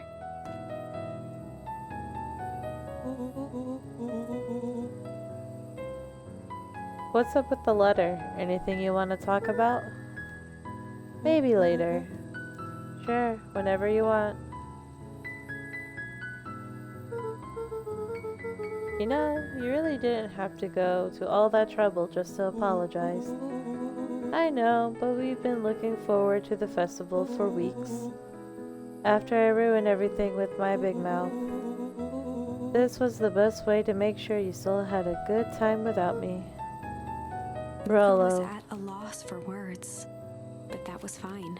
Words aren't always necessary. The festival seemed nice. Was it nice? We could still go. Nah, this is fine. Well, there's always next Sadly, year. This was untrue. Oh, A distant rumble shook the treehouse. uh-oh. Huh? What was that? Oh man, we missed the It was fireworks. not fireworks. Oh. It was something the boys couldn't possibly comprehend. Something as old and cruel as time itself.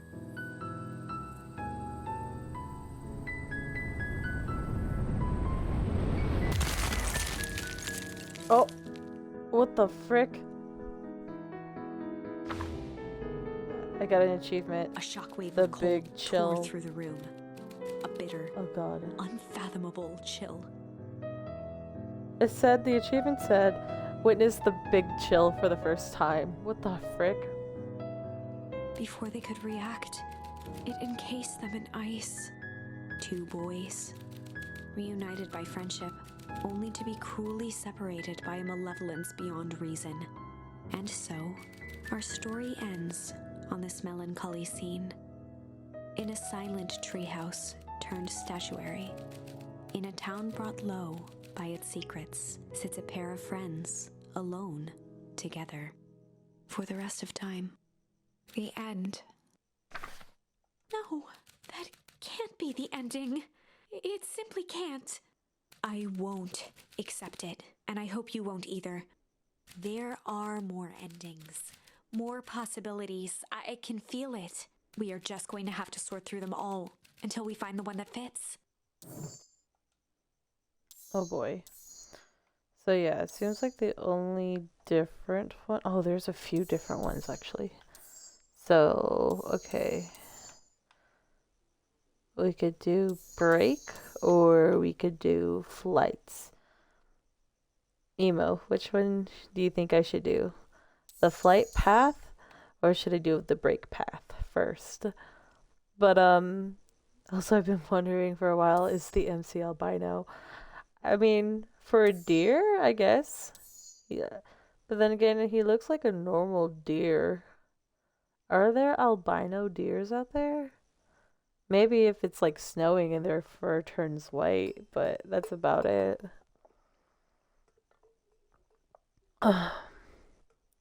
Tough news first, break.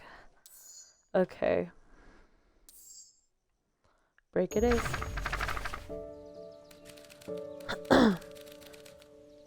Okay. So we'll do break. Luca began to respond, but the sky answered for him as the clouds above began to break, revealing patches of star-filled summer night. Moonlight filtered down, shimmering in the treetops.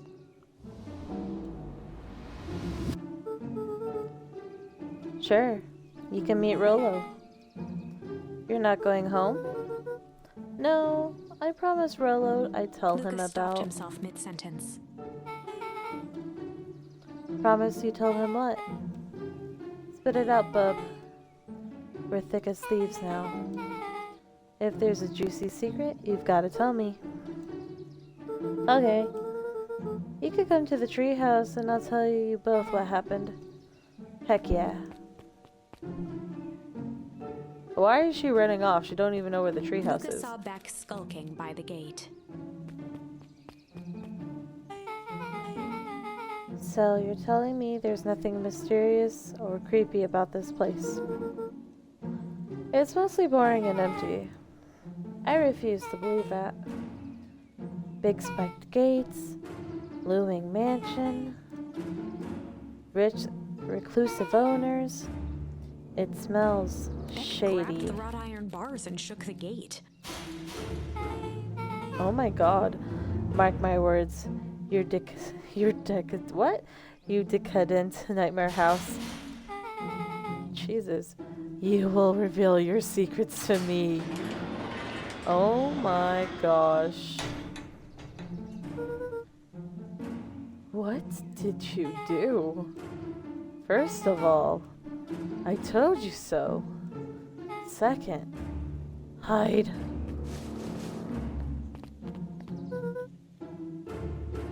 That's Eris Valentine. Who's that she's talking to? Shh. I expect you to return that suit in working order. Of course. As long as everything proceeds as planned. There's nothing to worry about. The only thing I'm worried about is what's rightfully mine. If that means making some unsavory alliances, so be it. I couldn't agree more. There comes a time to suspend hostilities. I'll deal with our common threat. Now this is what I'm talking Beck's voice about. was an excited whisper. Proper shady stuff. Someone in a suit like that tried to grab me yesterday. Seriously? Shh. You do understand that when this all inevitably fails, I will deny everything. I wouldn't expect any less of you. You just worry about your part in this and let me handle the rest. I can't wait to see the look on that Rubiker's face. Yes, the truth will come to light. I'm still surprised you're so comfortable with the potential collateral damage. If there's one thing I've learned, it's that change is painful. Wow, I was expecting shady. But that's just flat out supervillain talk. If you don't mind me asking, why?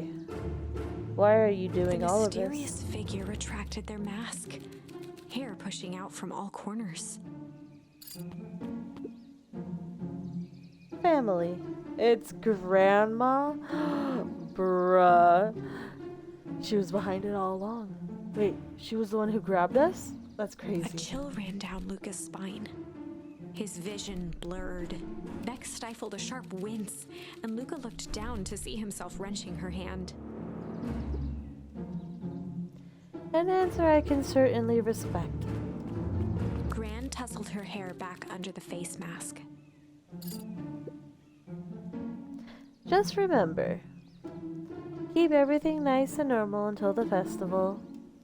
I don't need lessons in rousing Gran suspicion. gave Eris a curt nod and disappeared into the night. What the heck?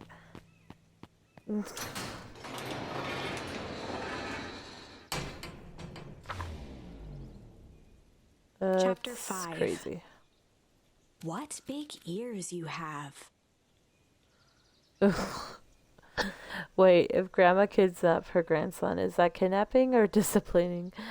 I guess disciplining, because they live in the same household, so. Lucas sat shivering in the bushes, staring at his feet. After checking to make sure the coast was clear, Beck gave him a gentle tug on his sweater.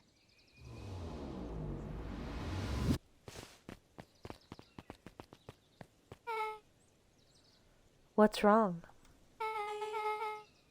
You look like you've seen a ghost. Why are you so scared of the old lady in the hazmat suit? That was my gran. That was your gran. Yeah. Okay, well. I'm sure there is a perfectly reasonable explanation for all this. Let's just get to the treehouse and figure things out there. Lead the way. Okay, we're gonna meet up with Rollo at the treehouse.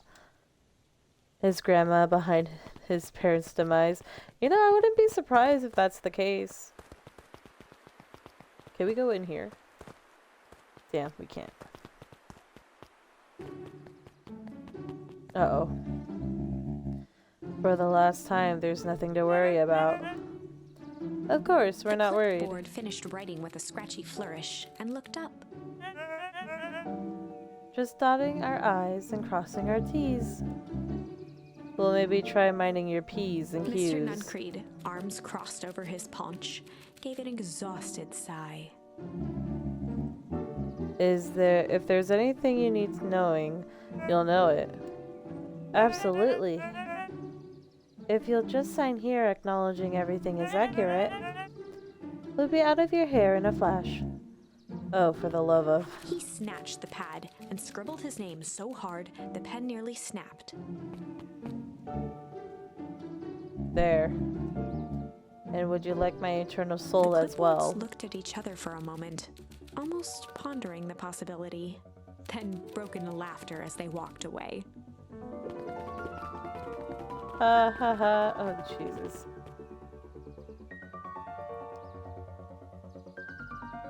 Or is she trying to save his mother from demise after his father met the same fate? That is a good probability for that. I have a feeling, yeah, because his dad died during the fertilization, I think, plantation it was, along with the founder of the town. So, that could be a possibility. And the grandma, she was talking to the heiress of said, like, family. So things do add up there. Good call, Emo. Hi, Mr. Nuncreed. Luca, let me give you some advice. The next time someone you don't know asks to hear your thoughts, give him a good heart bop right in the kisser. Oh, Gran tells me to just keep away from the clipboards. That's good. That's good. Your Gran is a smart lady, Luca. Speaking of which, you better run along home now. Too dark out to be wandering on your own. Wandering on your own? Did he see Gran walk this way?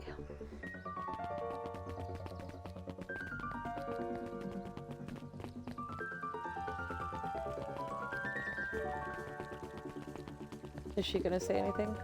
No, she is. The answers you seek will be revealed to you in due time. The question is, the figure intoned, are you prepared to live with the truth? Thanks, teacher. No one down here, okay. But these two are here. Another day, another $1. See you tomorrow, Z. Have you noticed how all the Perennial Harvest folks order the same drink? Decaf cappuccino with extra foam? Why? I don't know. Just thought it's a little odd. Pretty weird for sure. Well, the customer's always right. See you bright and early tomorrow. I can't wait. See anything going on here? No, she's gone. The diner's closed.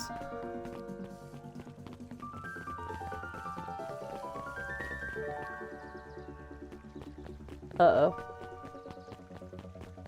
At first I thought it was the mayor in the suit. William Kerr and Gus Valentine proudly surveyed the half-covered festival banner. It's all coming together quite nicely. Couldn't have done it without you. A half-hearted shrug. I'm not so sure about that. Nonsense. That reminds me, I wasn't able to thank your sister for her contributions. Yes, she has been indisposed of late. She doesn't much like me, does she? Oh no, that's not it at all. She's just been busy. Of course, who the heck is his sister? Regardless, I would be forever grateful if you could pass my thanks on to her. The History Museum adds a real air of import to the whole affair. And we couldn't very well celebrate the story of Beacon Pines without including the Valentines. My father was a great man. You're darn tootin' he was. Locked his arm on Gus's shoulder. But I mean the entire Valentine family. Present company included. Can I ask you something, Mr. Kerr? Call me William. Ask away. William, why are you doing all of this? Gosh, I've never felt one needed a compelling reason to throw a party. Not just the festival. All of this. There's gotta be 100 down on their luck towns out there. Why is Perennial Harvest so invested in helping Beacon Pines? You know what I love most about the agriculture business? Seeds. Seeds. Yep, little bundles of With a potential. glimmer in his eye, Kerr gestured grandly toward the horizon. You treat a seed right, nurture it, feed it, and it can grow into something truly special. You see potential here. Undoubtedly. The seed of greatness is already under our feet. All it needs is a little nudge. And the right leadership, of course. Oh. Good night, Mayor Valentine.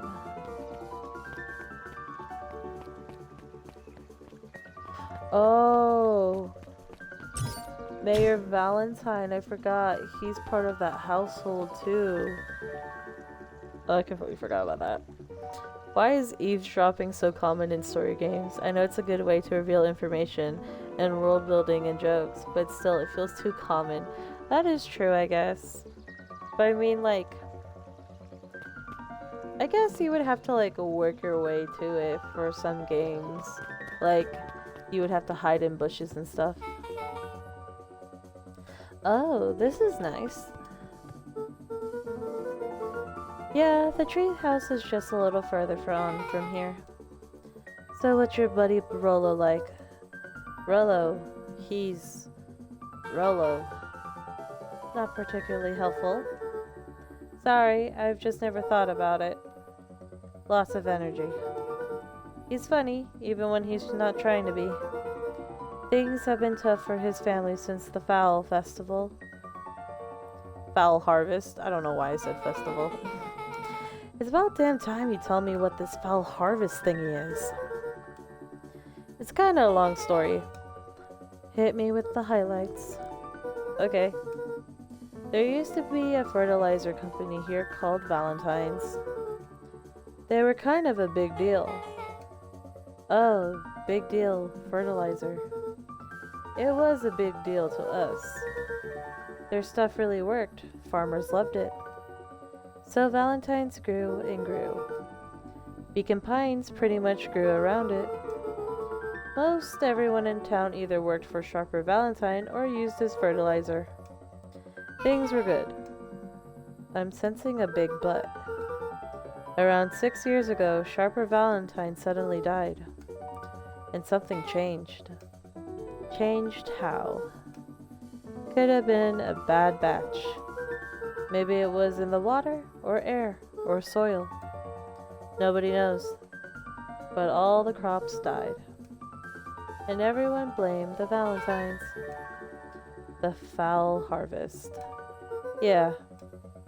Valentine's fertilizer went out of business. Half the town lost their jobs. Sheesh. The next year the crops came back, but something was different. You plant a crop, do everything right, and it's sort of crapshoots what happens. And no one knows why. Nope. I take it Rolo's farm got the short end of the stick. Yep, for some reason their farm was hit harder than others. That sucks. Things have gotten better since Perennial Harvest came to town. The Beacon Pines Reborn Initiative? Yep, first thing they did was give the town a deep scrub. They even put us up in hotels, one town over for a week while they decontaminated the groundwater. Huh. We better get going.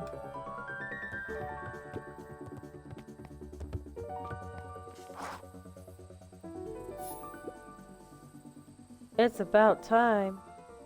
I was about to give up and go home. Who's the new kid? Name's Beck. You must be Rolo. I see my reputation precedes me. Welcome to Mission Rolo Control. waggled his head with pride. You'll find we spared no expense in construction. I've seen worse looking piles of junk. Thanks. Hey Luca, you know the security concerns we talked about? Yeah. While I was waiting, I made some improvements. Let me lock this baby down for a little test infiltration. Can't be too safe these days. Oh boy.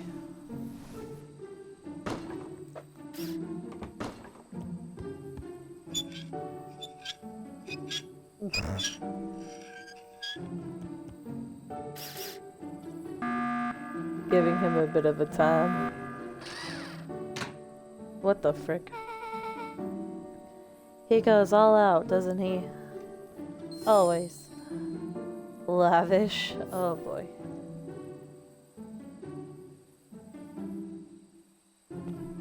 Okay, what now? Hello?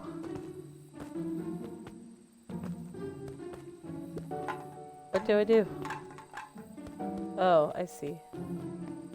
And then I throw it at the target.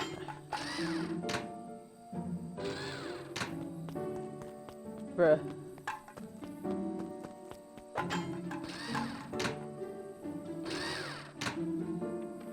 Again? Oh. Oh god, it moves. Fuck. Yippee. That's so stupid. Where did you guys get all this junk in the first place? There's a guy in town named Jeff who trades us junk for snacks. Junk food for junk? Nice. Well, up we go.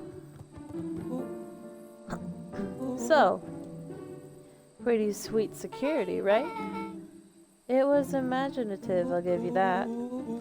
Luca, are you sure we can trust the new recruit? I'll vouch for her. Thanks, I guess. Okay, Luca, you promised to fill me in about the Valentine warehouse. Luca sucked in a long breath. So like I said, there was someone there. What were they doing? I don't know, but the place was lit up and active. Maybe they were squatters? I don't think so. It seemed more organized. When the man pulled me in, I saw some sort of equipment running. A man pulled you in. Yeah, but I got away. You keep saying it was a man. They were wearing a mask, right? Yeah. Then could it have been a woman? How did you get away? I grabbed a rock or something and broke their mask. They let go and I ran. Dang. That's intense. No wonder you freaked out when you saw your grandma. Yeah, that's the other part. On our way here, Beck and I saw Eris Valentine meeting with Gran, wearing the same sort of hazmat Mola suit. let out a low whistle. And they weren't there for idle chit-chat. It was proper clandestine meetup. So let me get this straight. There's an operation in full swing at the Valentine warehouse. You were almost abducted by a strange man or woman in a protective suit. And then you saw your gran in the same suit talking to Eris Valentine. Pretty much. I'm beginning to think this town is kinda awesome. Luca shot back a look. No offense. And so we can logically conclude aliens or alien zombies have infiltrated the town. And their leader is your gran. And she tried to murder you. First of all, and for the last time, there's no aliens. Second, it couldn't have been my gran at the warehouse. I broke that person's mask to get away. The mask Gran was wearing wasn't damaged. But she's definitely hiding something. Maybe. Your Gran is weird, but she might be the most boring person in the universe. All she does is sit around all day making jam. What could she possibly have to hide? Oh, shoot. Maybe from when we were back at the warehouse, it wasn't blood pouring out of the window, it was jam. Huh. I don't know. We haven't talked much since she moved in. Moved in? Your gran isn't from here?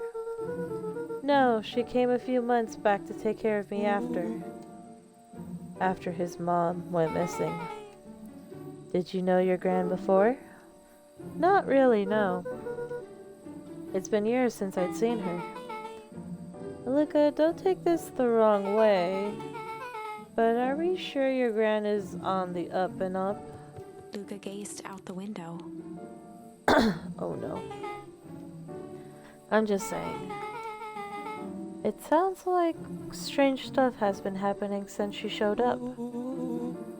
We could say the same thing about your family. But you're right. Luca, your gran is hiding something. And Pa always say, folks only bury stuff worth digging up. We need to investigate your house. If my gran really is hiding something, don't you think I would have noticed by now? That's kind of the whole point of hiding something. I guess you're right. Gran's been leaving the house for hours at a time this week. I'll call you two tomorrow when the coast is clear. We can start getting to the bottom of this. I'm always game for a good snoop. You can count me in. Chapter 6. Secret Lair. Summer Ooh. forged ahead, but the nights only seemed to grow colder. Luca walked home slowly under the pale starlight, cautious to avoid any more surprises lurking in the shadows. Reaching home, he slipped quietly into bed, half dreading what they might discover the next day.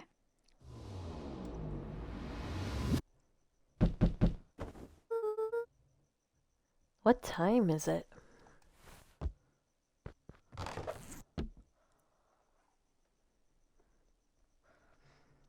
I wonder what the grandma owns. Maybe chapter 6 title was a hint at it.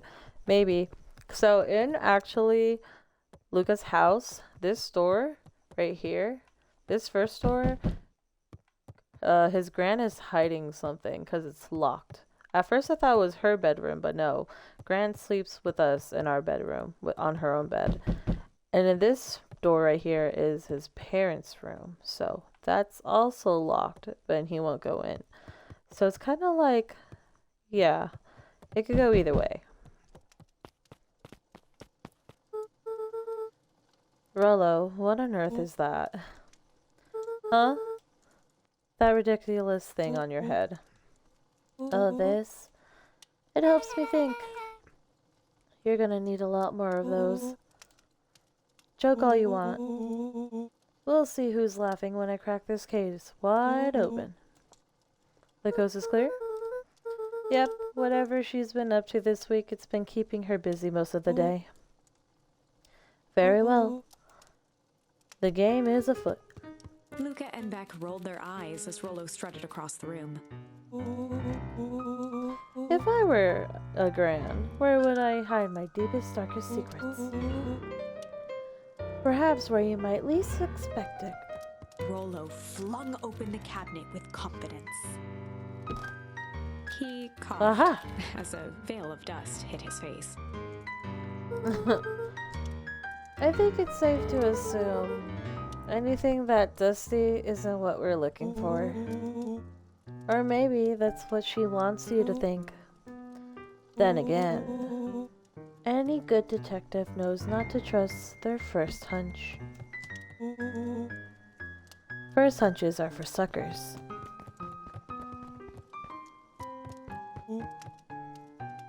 Eureka! She lit a fire in order to burn the evidence. She keeps that fire going every day, Rollo. Drat! It may already be too late. Just think of the amount of documents lost to ash. Okay. I'm gonna stop you right there. Can we just think for a moment? Luca, is there anywhere Gran doesn't want you to go? Yeah. The closet upstairs. So maybe it stands to reason that we should check there first. No dice. It's locked. Well, well, well. Look who stands to reason now. And I have no idea where the key is. If it really is important, then she probably keeps it with her. Anywhere else? She has her berry bushes. Who has ever thought? I'm going to take this important thing and huck it in a bush. True. Anything else? Maybe something out of the ordinary? Well, she is always worried I'll break her fancy dishware in the kitchen. But it doesn't matter anyway. I can't reach A the look latch. of realization crept onto Luca's face. All three kids snapped to glance at each other, then sprinted in turn toward the kitchen.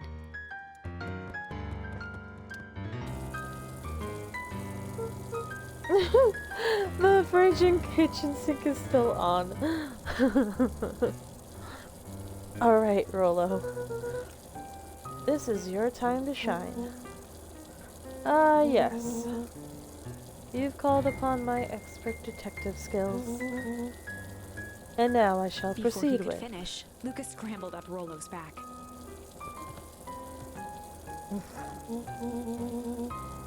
Hey, this isn't my idea of detective work. Every squad needs a good lockpick. And every good lockpick needs a sturdy head to sit on. This is beneath my standings. Stop complaining and hold still. Got it. The three crowded around the hutch to peer in.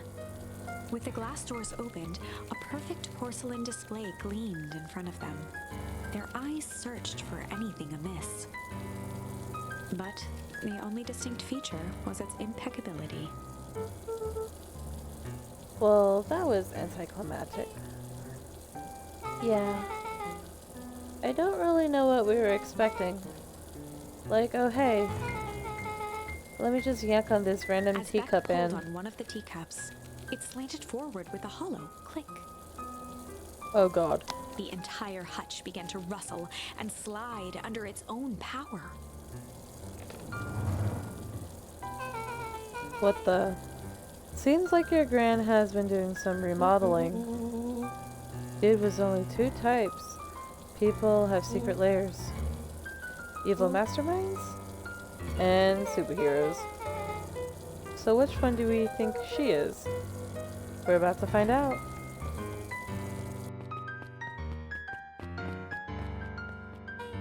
Oh. Okay, so more of an unhinged conspiracist vibe. Oh wow. Yeah, this cannot be good. We need to look around before jumping to conclusions. Why does she have danger barrels? What do we have here?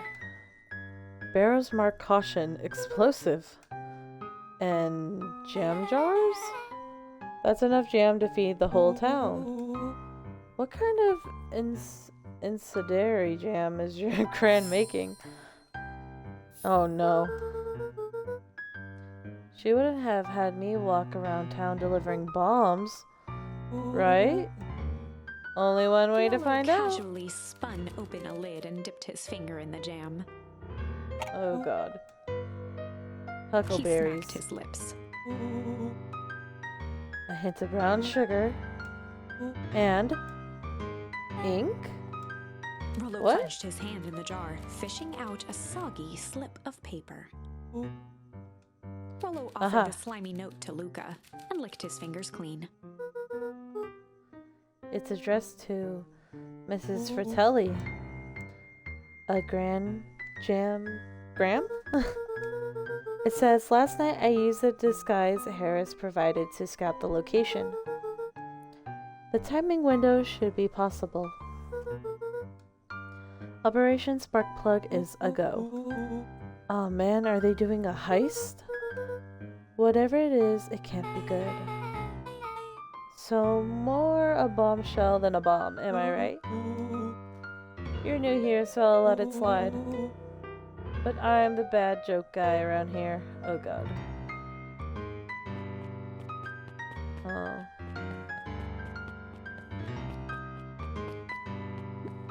Luca jostled each cabinet drawer in turn. Only one was unlocked. He fingered through the filing cabinet, pausing at a bulging folder labeled Walter. For a long moment, he just stared at it. What do you got there? It's my dad. His dad's a piece of paper. No. Looks like some of his old medical files. Your dad was a Luca doctor? nodded and caressed the label with his thumb. Well, are you gonna read it? Here, let me help. Rollo swiped the folder from the drawer and began leafing through the pages. He whistled to himself, barely looking at the text. How about you actually read some of it? One sec. Dense documents such as this are a lot like a cheeseburger. It's best to skip straight to the middle. That's where all the meaty bits live. Wow, I had no idea we were in the presence of a preeminent scholar in dense documents and cheeseburgers. By all means, He stopped at a proceed. page and mimed, holding up a monocle. Ah, here we are. Follow-up examination of Terence Wilby. Patient shows further signs of paleness and malice. body temperature continues to drop. He now describes soreness of muscles and joints. This is similar to the symptoms exhibited by Mrs. Wilby just a few days past. I don't think we've encountered anybody named Wilby, so I do not know who they are talking about. Still waiting on lab results from Joseph. We don't know who Joseph is either. Rollo looked up with heightened surprise. Easy, creepy. Yeah, that's kind of disturbing. Who's Joseph? That's Mr. Nuncreed's name. Oh. Rollo's Wait. finger traced across the page. There's more scribbles in the margins. Could it be contagious? Mr. Wilby claims the tap water at his home has been contaminated. Perhaps environmental? Lab results only raise more questions. It's like he came back to this report later and made those notes. So it might be related to something else. Rollo scanned through several more pages. Here, the writing looks shaky. I just couldn't help her. This disease, or whatever it is, progresses so fast. And with his wife passing, Terrence's condition follows close behind. Exacerbated by the loss. Enough is enough. I need to take matters in my own Luca, hand. staring blankly at the cabinet this whole time, spoke softly. What does it say Rollo next? rustled the folder, trying to loose more pages. That's where it ends. What? There has to be Luca more. frantically shoved the remaining cabinet folders, trying to find another labeled Walter. Luca, I think that's the only one. It's alphabetical, see? Wait, did you mean enough is enough? How did he take matters into his own hands? This is Luca bullshit. slammed the drawer shut. Uh-oh. Hope Gran didn't hear A that. spider web of string connected photos of people from the town, interspersed with hastily scrawled notes. Well, she sure has kept herself busy. Is your Gran a serial killer? 'Cause I'm starting to get a vibe. Don't be ridiculous. Sure, she's just tracking the movements of everyone in town. Out of the kindness of her heart. She puts the little symbols by some of them. Yeah, Mr. Nuncreed has a check mark. The clipboards are all inside a big circle. My mom's are both on here. Both with question marks. Gus Valentine has a question mark. Eris has a question mark that's been crossed out. Mr. Kerr has a bullseye. The killer has chosen her next victim. Oh my gosh. We don't know what any of this means. Whatever it means, it's probably not good. Oh. They crowded around a worn-down old map of Beacon Pines. Cool, this looks like a treasure map. Not every old map is a treasure map, Rollo. Yeah, but every treasure map is an old map. Can't fault that logic. Look, there's even a pathway drawn on it. It starts at the entrance to town. And if we follow Rollo it, carefully traced the path with his finger. it leads right to... He jabbed down at the end point. Town Square? That's the fountain in the middle of town. What a weird place to hide treasure. Rollo, that doesn't look like treasure to me. The end of the path on that map has the same symbol as those explosives over there. So it's not hiding treasure. A real bummer. what's the thing you've been excited about for the past month? The festival. Gulp. Did you just say gulp? This feels like a gulp kind of situation. Everyone will be gathered near the center of town. She's gonna blow up the festival. Not if we stop her. What was Luca that? looked up from the map. What was what? No, I heard it too. That was the front door. Which means someone just shut the door. Which means someone's upstairs. Shh, quiet. Hit the lights. Beck flicked off the light, and they became statues in the dark. Overhead, creaking floorboards bent under slow, deliberate steps. The kids looked up, the tilt of their necks following each footfall.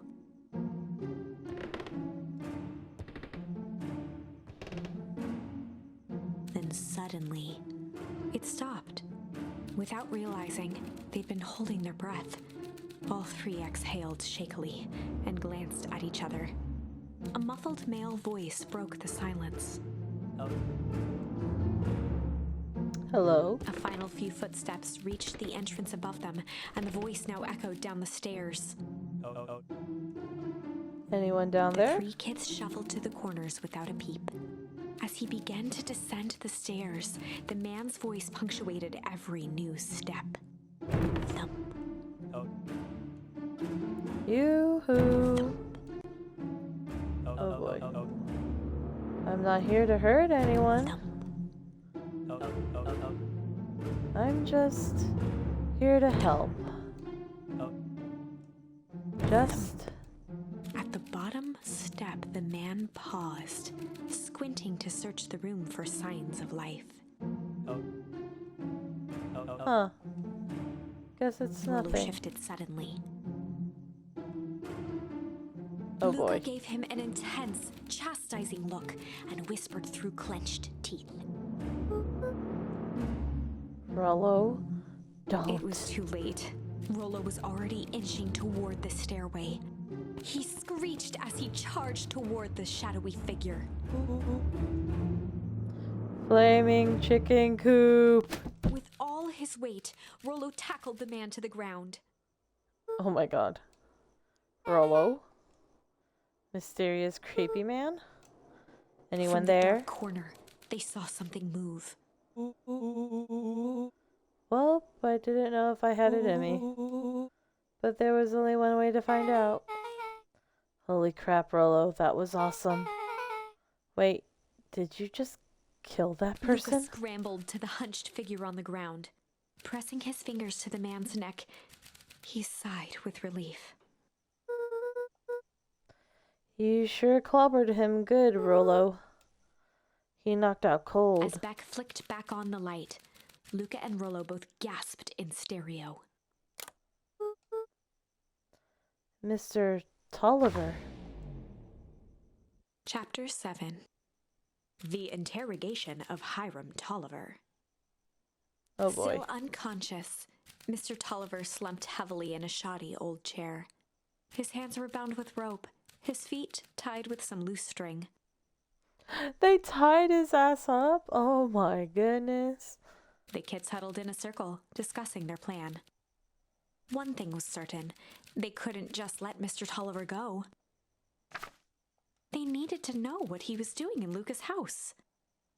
After some deliberation, it was decided. They'd run the classic good cop, blank cop interrogation. Good cop, chill cop, good cop, hard cop. Huh. We'll do the we'll do the good cop, chill cop. Let's see how that works out. They'd run the classic good cop, chill cop interrogation. I'll handle this, just gotta play it cool. Luca walked calmly to the light switch, flicking it off and on a few times. Mr. Tolliver shook his head, gathering his wits. Golly, I sure got my He bell looked over rung. to find Luca, who returned a calming grin. Sorry, Mr. Tolliver.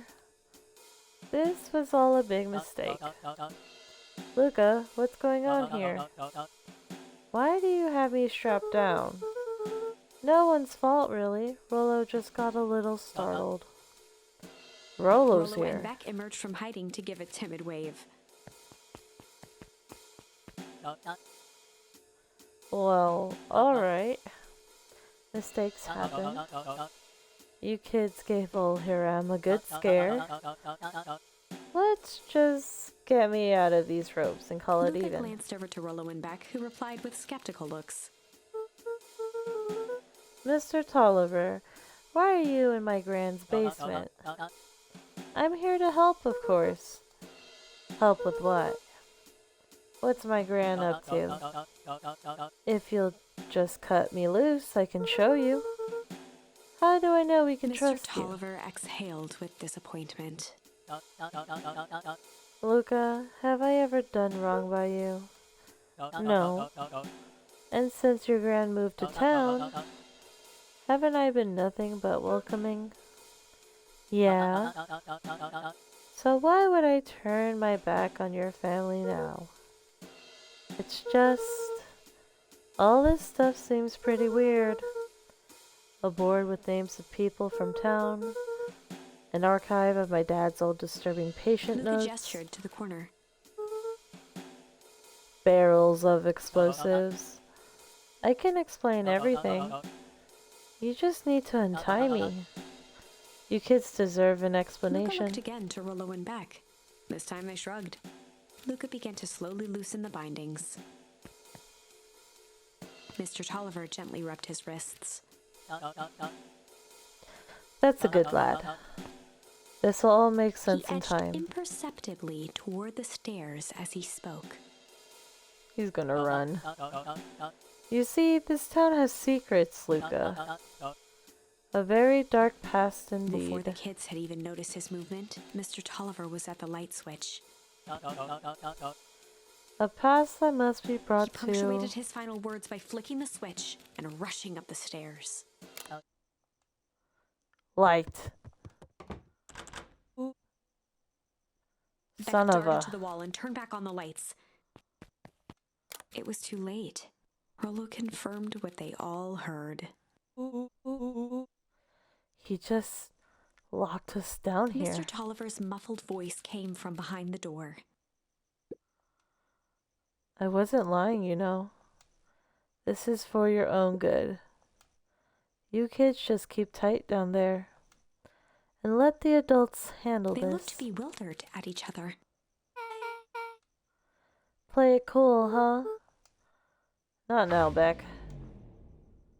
They heard the staccato thump of quick steps exiting the house. The kids looked down in resignation.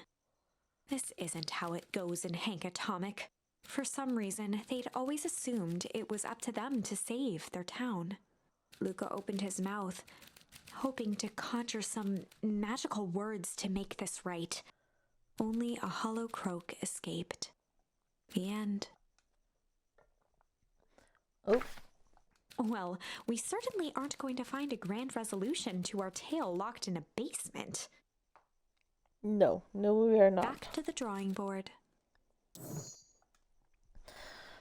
Alright, I guess we're gonna have to play as hard cop then.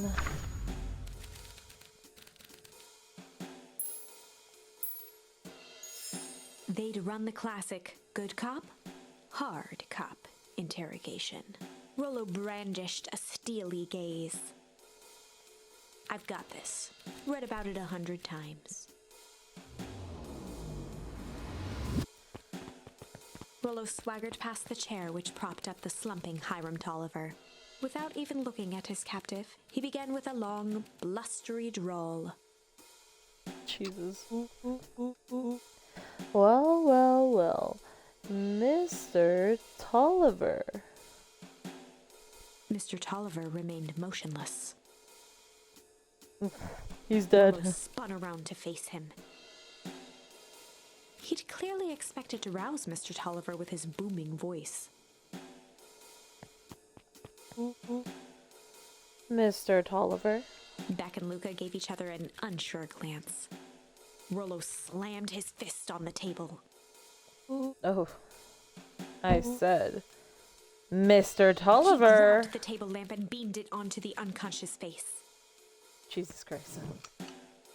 Mr. Tolliver groaned and slowly lifted his head. He recoiled with a muddled, weary squint. What in the The chair world? wobbled as he attempted to straighten up. Ooh. Mr. Who's Tolliver there? could only make out rough shapes through the glaring light. With a gruff tone, Rollo hoped to both conceal his voice and intimidate.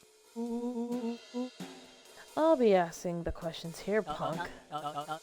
Now hold on, let's just calm down. Oh, I am calm. Calm as a carrot in dirt. As for you, looks like you're The doubtful sweating. expression on Beck and Luca's faces transformed into awe. We can do this my way, or... Well, let's just say I've never needed another Rollo, way. hitting his stride, was now channeling every detective trope his memory could recall. He slammed the table again. Now dance. What? I don't Mr. even... Tolliver's voice became desperate.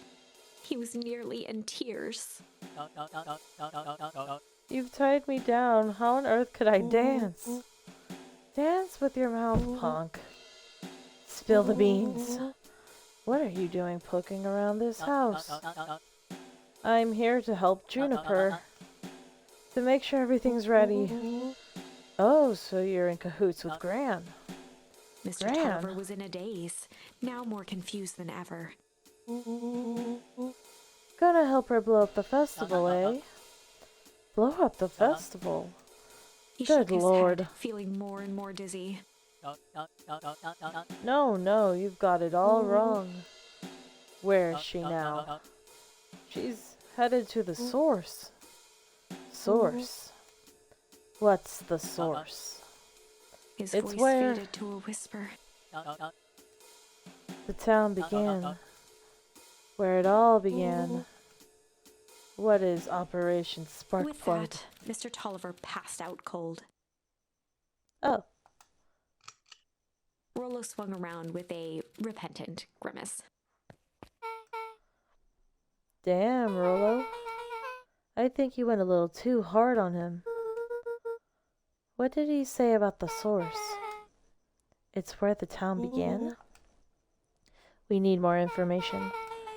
Yeah, but we better not push Mr. Tolliver any further. Is there anyone else who might know more? What about the History Museum? It just got set up for the festival. Nah, that tent was put up by the Valentines. Everything they do is just a bunch of fluff to glorify themselves. Is there anything more reliable? The library? If there's any information about this source thing, Kato can help us find it. Let's go get some answers. Do we just leave him in the basement? This is a dang nice library. Thanks, we worked hard on it. Aren't you a little too adorable to be a librarian? Adorable. Oh boy. Oh, Kato hang out here so much eventually they gave him a set of keys. I just keep an eye on the place for Mrs. Novak sometimes. They got you working for free? It's quiet and I get to access to all the books I can read. What more could a person want? Fair enough. What can I do for you all? We need a favor. I already told you and Rollo.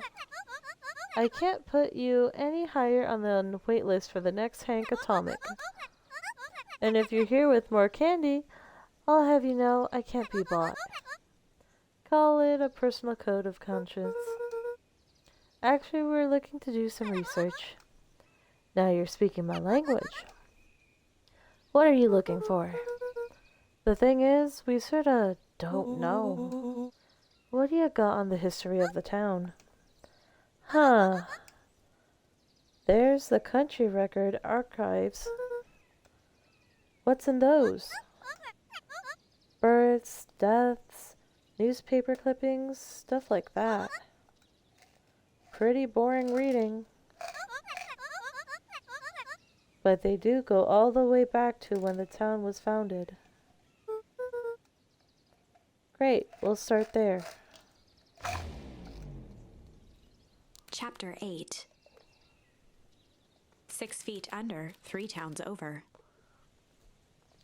The kids spent the rest of the afternoon combing through dusty piles of old county records, desperately searching for anything that could help them make sense of Mr. Tolliver's cryptic utterance.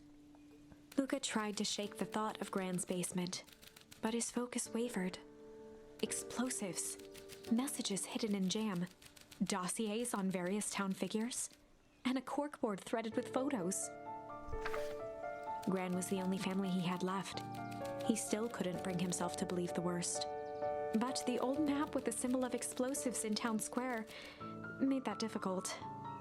As the sun began to set, the kids were no closer to the truth.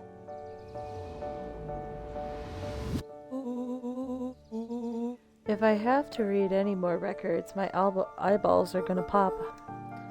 We have to keep digging. If I dig another word, I'm gonna end up in one of these asinine death records. Roller Coder lived a full and wonderful life, till he read so much boring crud that his brain oozed out of his Rollo ears. shut his book with an assertive nod. If you got a better idea, spit it out. You sound like my sister. Keep pushing your luck, pal. And it won't be boring country records that kill you. I'll put you in the arbitraries Rollo myself. muttered under his breath. You're a county record. Really, that's the best you got. When I'm done with you, you'll be the footnote in history. Beck Just slammed her like- finger down on the open page before glancing down to read.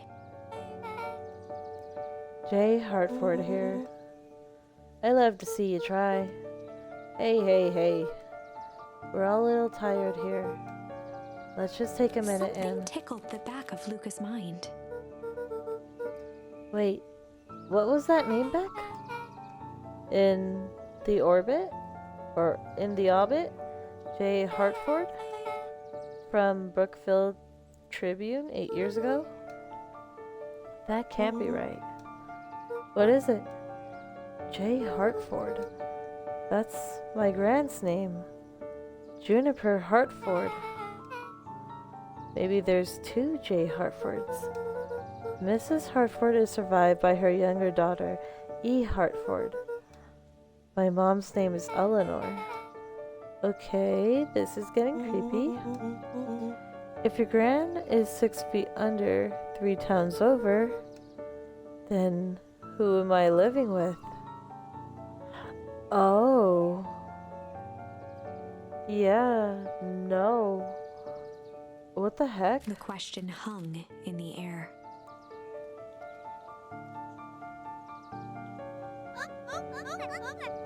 Alright, gang, I gotta close up for the Beck night. rubbed her eyes. How late is it? Almost 10. Oh crap, Pa's gonna kill me. I gotta go. Yeah, my parents will be worried sick. Okay, let's meet up as early as we can at the festival tomorrow. What are you gonna do about the unconscious man in your basement? I'll think of something. Luca's heart was pounding as he approached the house. If he was lucky, Gran, or whoever it was, hadn't gotten back yet. And of course, there was Mr. Tolliver tied up and unconscious in the basement. Dealing with him would be the first order of business. Luca shook out his arms to calm his nerves before entering. Oh shit, Grant's right there. He held perfectly still, tempering his breath, and listened closely. She was asleep, His only hope was that she hadn't found Mr. Tolliver before dozing off. Check on Mr. Tolliver in the basement. Oh no. Ah, crud.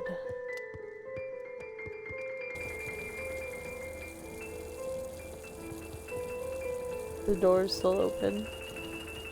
Crud. Uh-oh, he's gone. Oh Mr. no. Tolliver was nowhere to be seen. Maybe he woke up, escaped from these findings, and left without a Maybe trace. Gran knew everything. What do I do? Luca's hungry stomach groaned. Not realizing it, he'd gone the entire day without eating. Okay, I can figure this out. I just need a little brain food. Luca rushed over to the pile of jam jars, unscrewed one, and shoveled a handful into his mouth. I'm afraid your jam delivery will be He flipped the delayed. lid to read the label. Mr. Nuncreed, hee hee. Okay, now I can think. So if Gran knows we tied up Mr. Tolliver, I'm screwed. If she doesn't know, then I need to play it cool. I guess my only option is to go to bed and act as if nothing is wrong. Gran will think Mr. Tolliver finished what he was sent to do and left when he was done. Go to sleep. Okay. Is there anything else here that... Oh, what was this? Oh, bruh.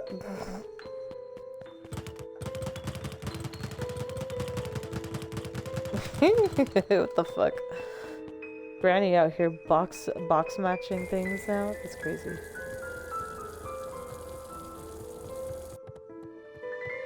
Oh, fudge. Gran. Okay, stick to the plan. Go to bed and play cool. Oh god. As Luca climbed the final stair, the emotion of the day dragged heavily on him. With each consecutive step, his legs weakened. His stride began to falter. He tried to grab for the railing to steady himself. Something was wrong. Come on, legs. Just a few more steps.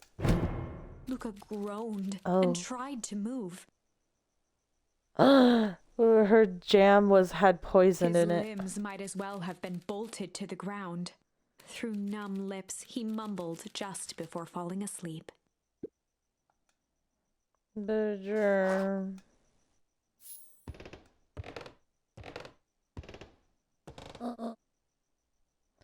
Sweet boy. What did you get yourself into? Oh god.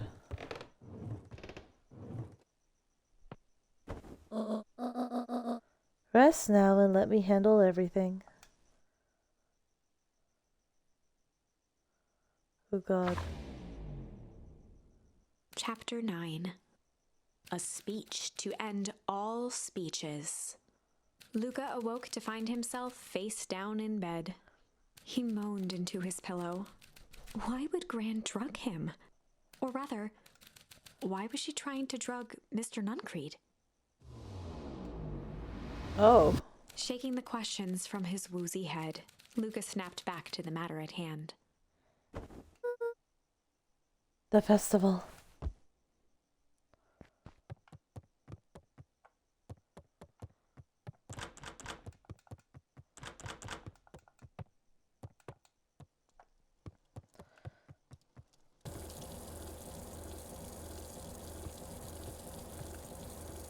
She's not outside, is she? Okay, no. God, where is she? Shit, wait, is she back down in the basement?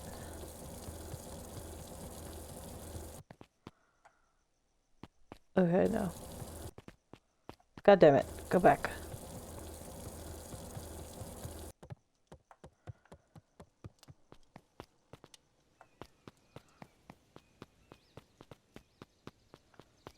Uh-oh. Where have you been? Gran put something in the jam. Yeah, we know. Secret messages for secret conspirators. Not this one. the one intended for Mr. Nuncreed, put me to sleep. Whoa, ho, ho. Sly devil. I think she's trying to remove him from the equation. He might be in danger. Have you found anything? We looked around but haven't seen anything odd. Your Gran is nowhere to be found. But Mr. Nuncreed is just loafing around waiting for the speech. What speech? Mayor Gus just got up to the podium. Everyone is gathering at the stage. Let's get moving. That's a lot of people. Augustus Valentine nervously wiped his brow. Wait, where's our grandma? I don't see her around.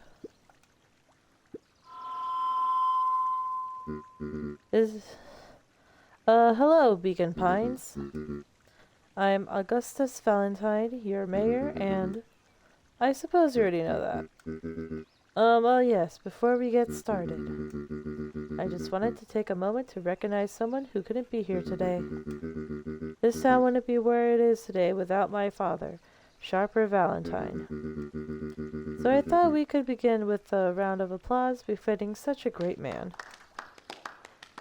Hooray. Even that's more than the old codger deserves. Gus cleared his throat and awkwardly loosened his tie. Right, where William was Kerr I? bounded on the stage with the energy of a preacher at a big tent revival. Gus Valentine, He everyone. gave Gus a hearty slap on the back and motioned him off the stage. Let's hear for our mayor. What a great turnout. Ah, heck, I didn't prepare anything. But I suppose I could say a few words. Would be a shame to waste such a beautiful podium. Mr. Kerr pulled a thick stack of note cards out from his vest. Oh God. Community, conviction, commitment. These are the things we celebrate at Perennial Harvest. For us, these are the pillars of the bridge to a better tomorrow. But I think it's time to add a new pillar. Change. Change is a powerful thing. It's inexorable, unavoidable, and undeniable. And I am daggum thankful for it. Change is the reason we're all here today. It's hard for me to believe, but it was only 4 years ago when fate brought me here. A simple business trip which brought me to a small town which would change my life Mr. Kerr took forever. a moment to survey the crowd. He You know wiped what? away a single tear. From the second I set foot in Beacon Pines, something about this place has held me captive. You see, change represents opportunity. It represents potential. It was change that helped me recognize the potential of this place.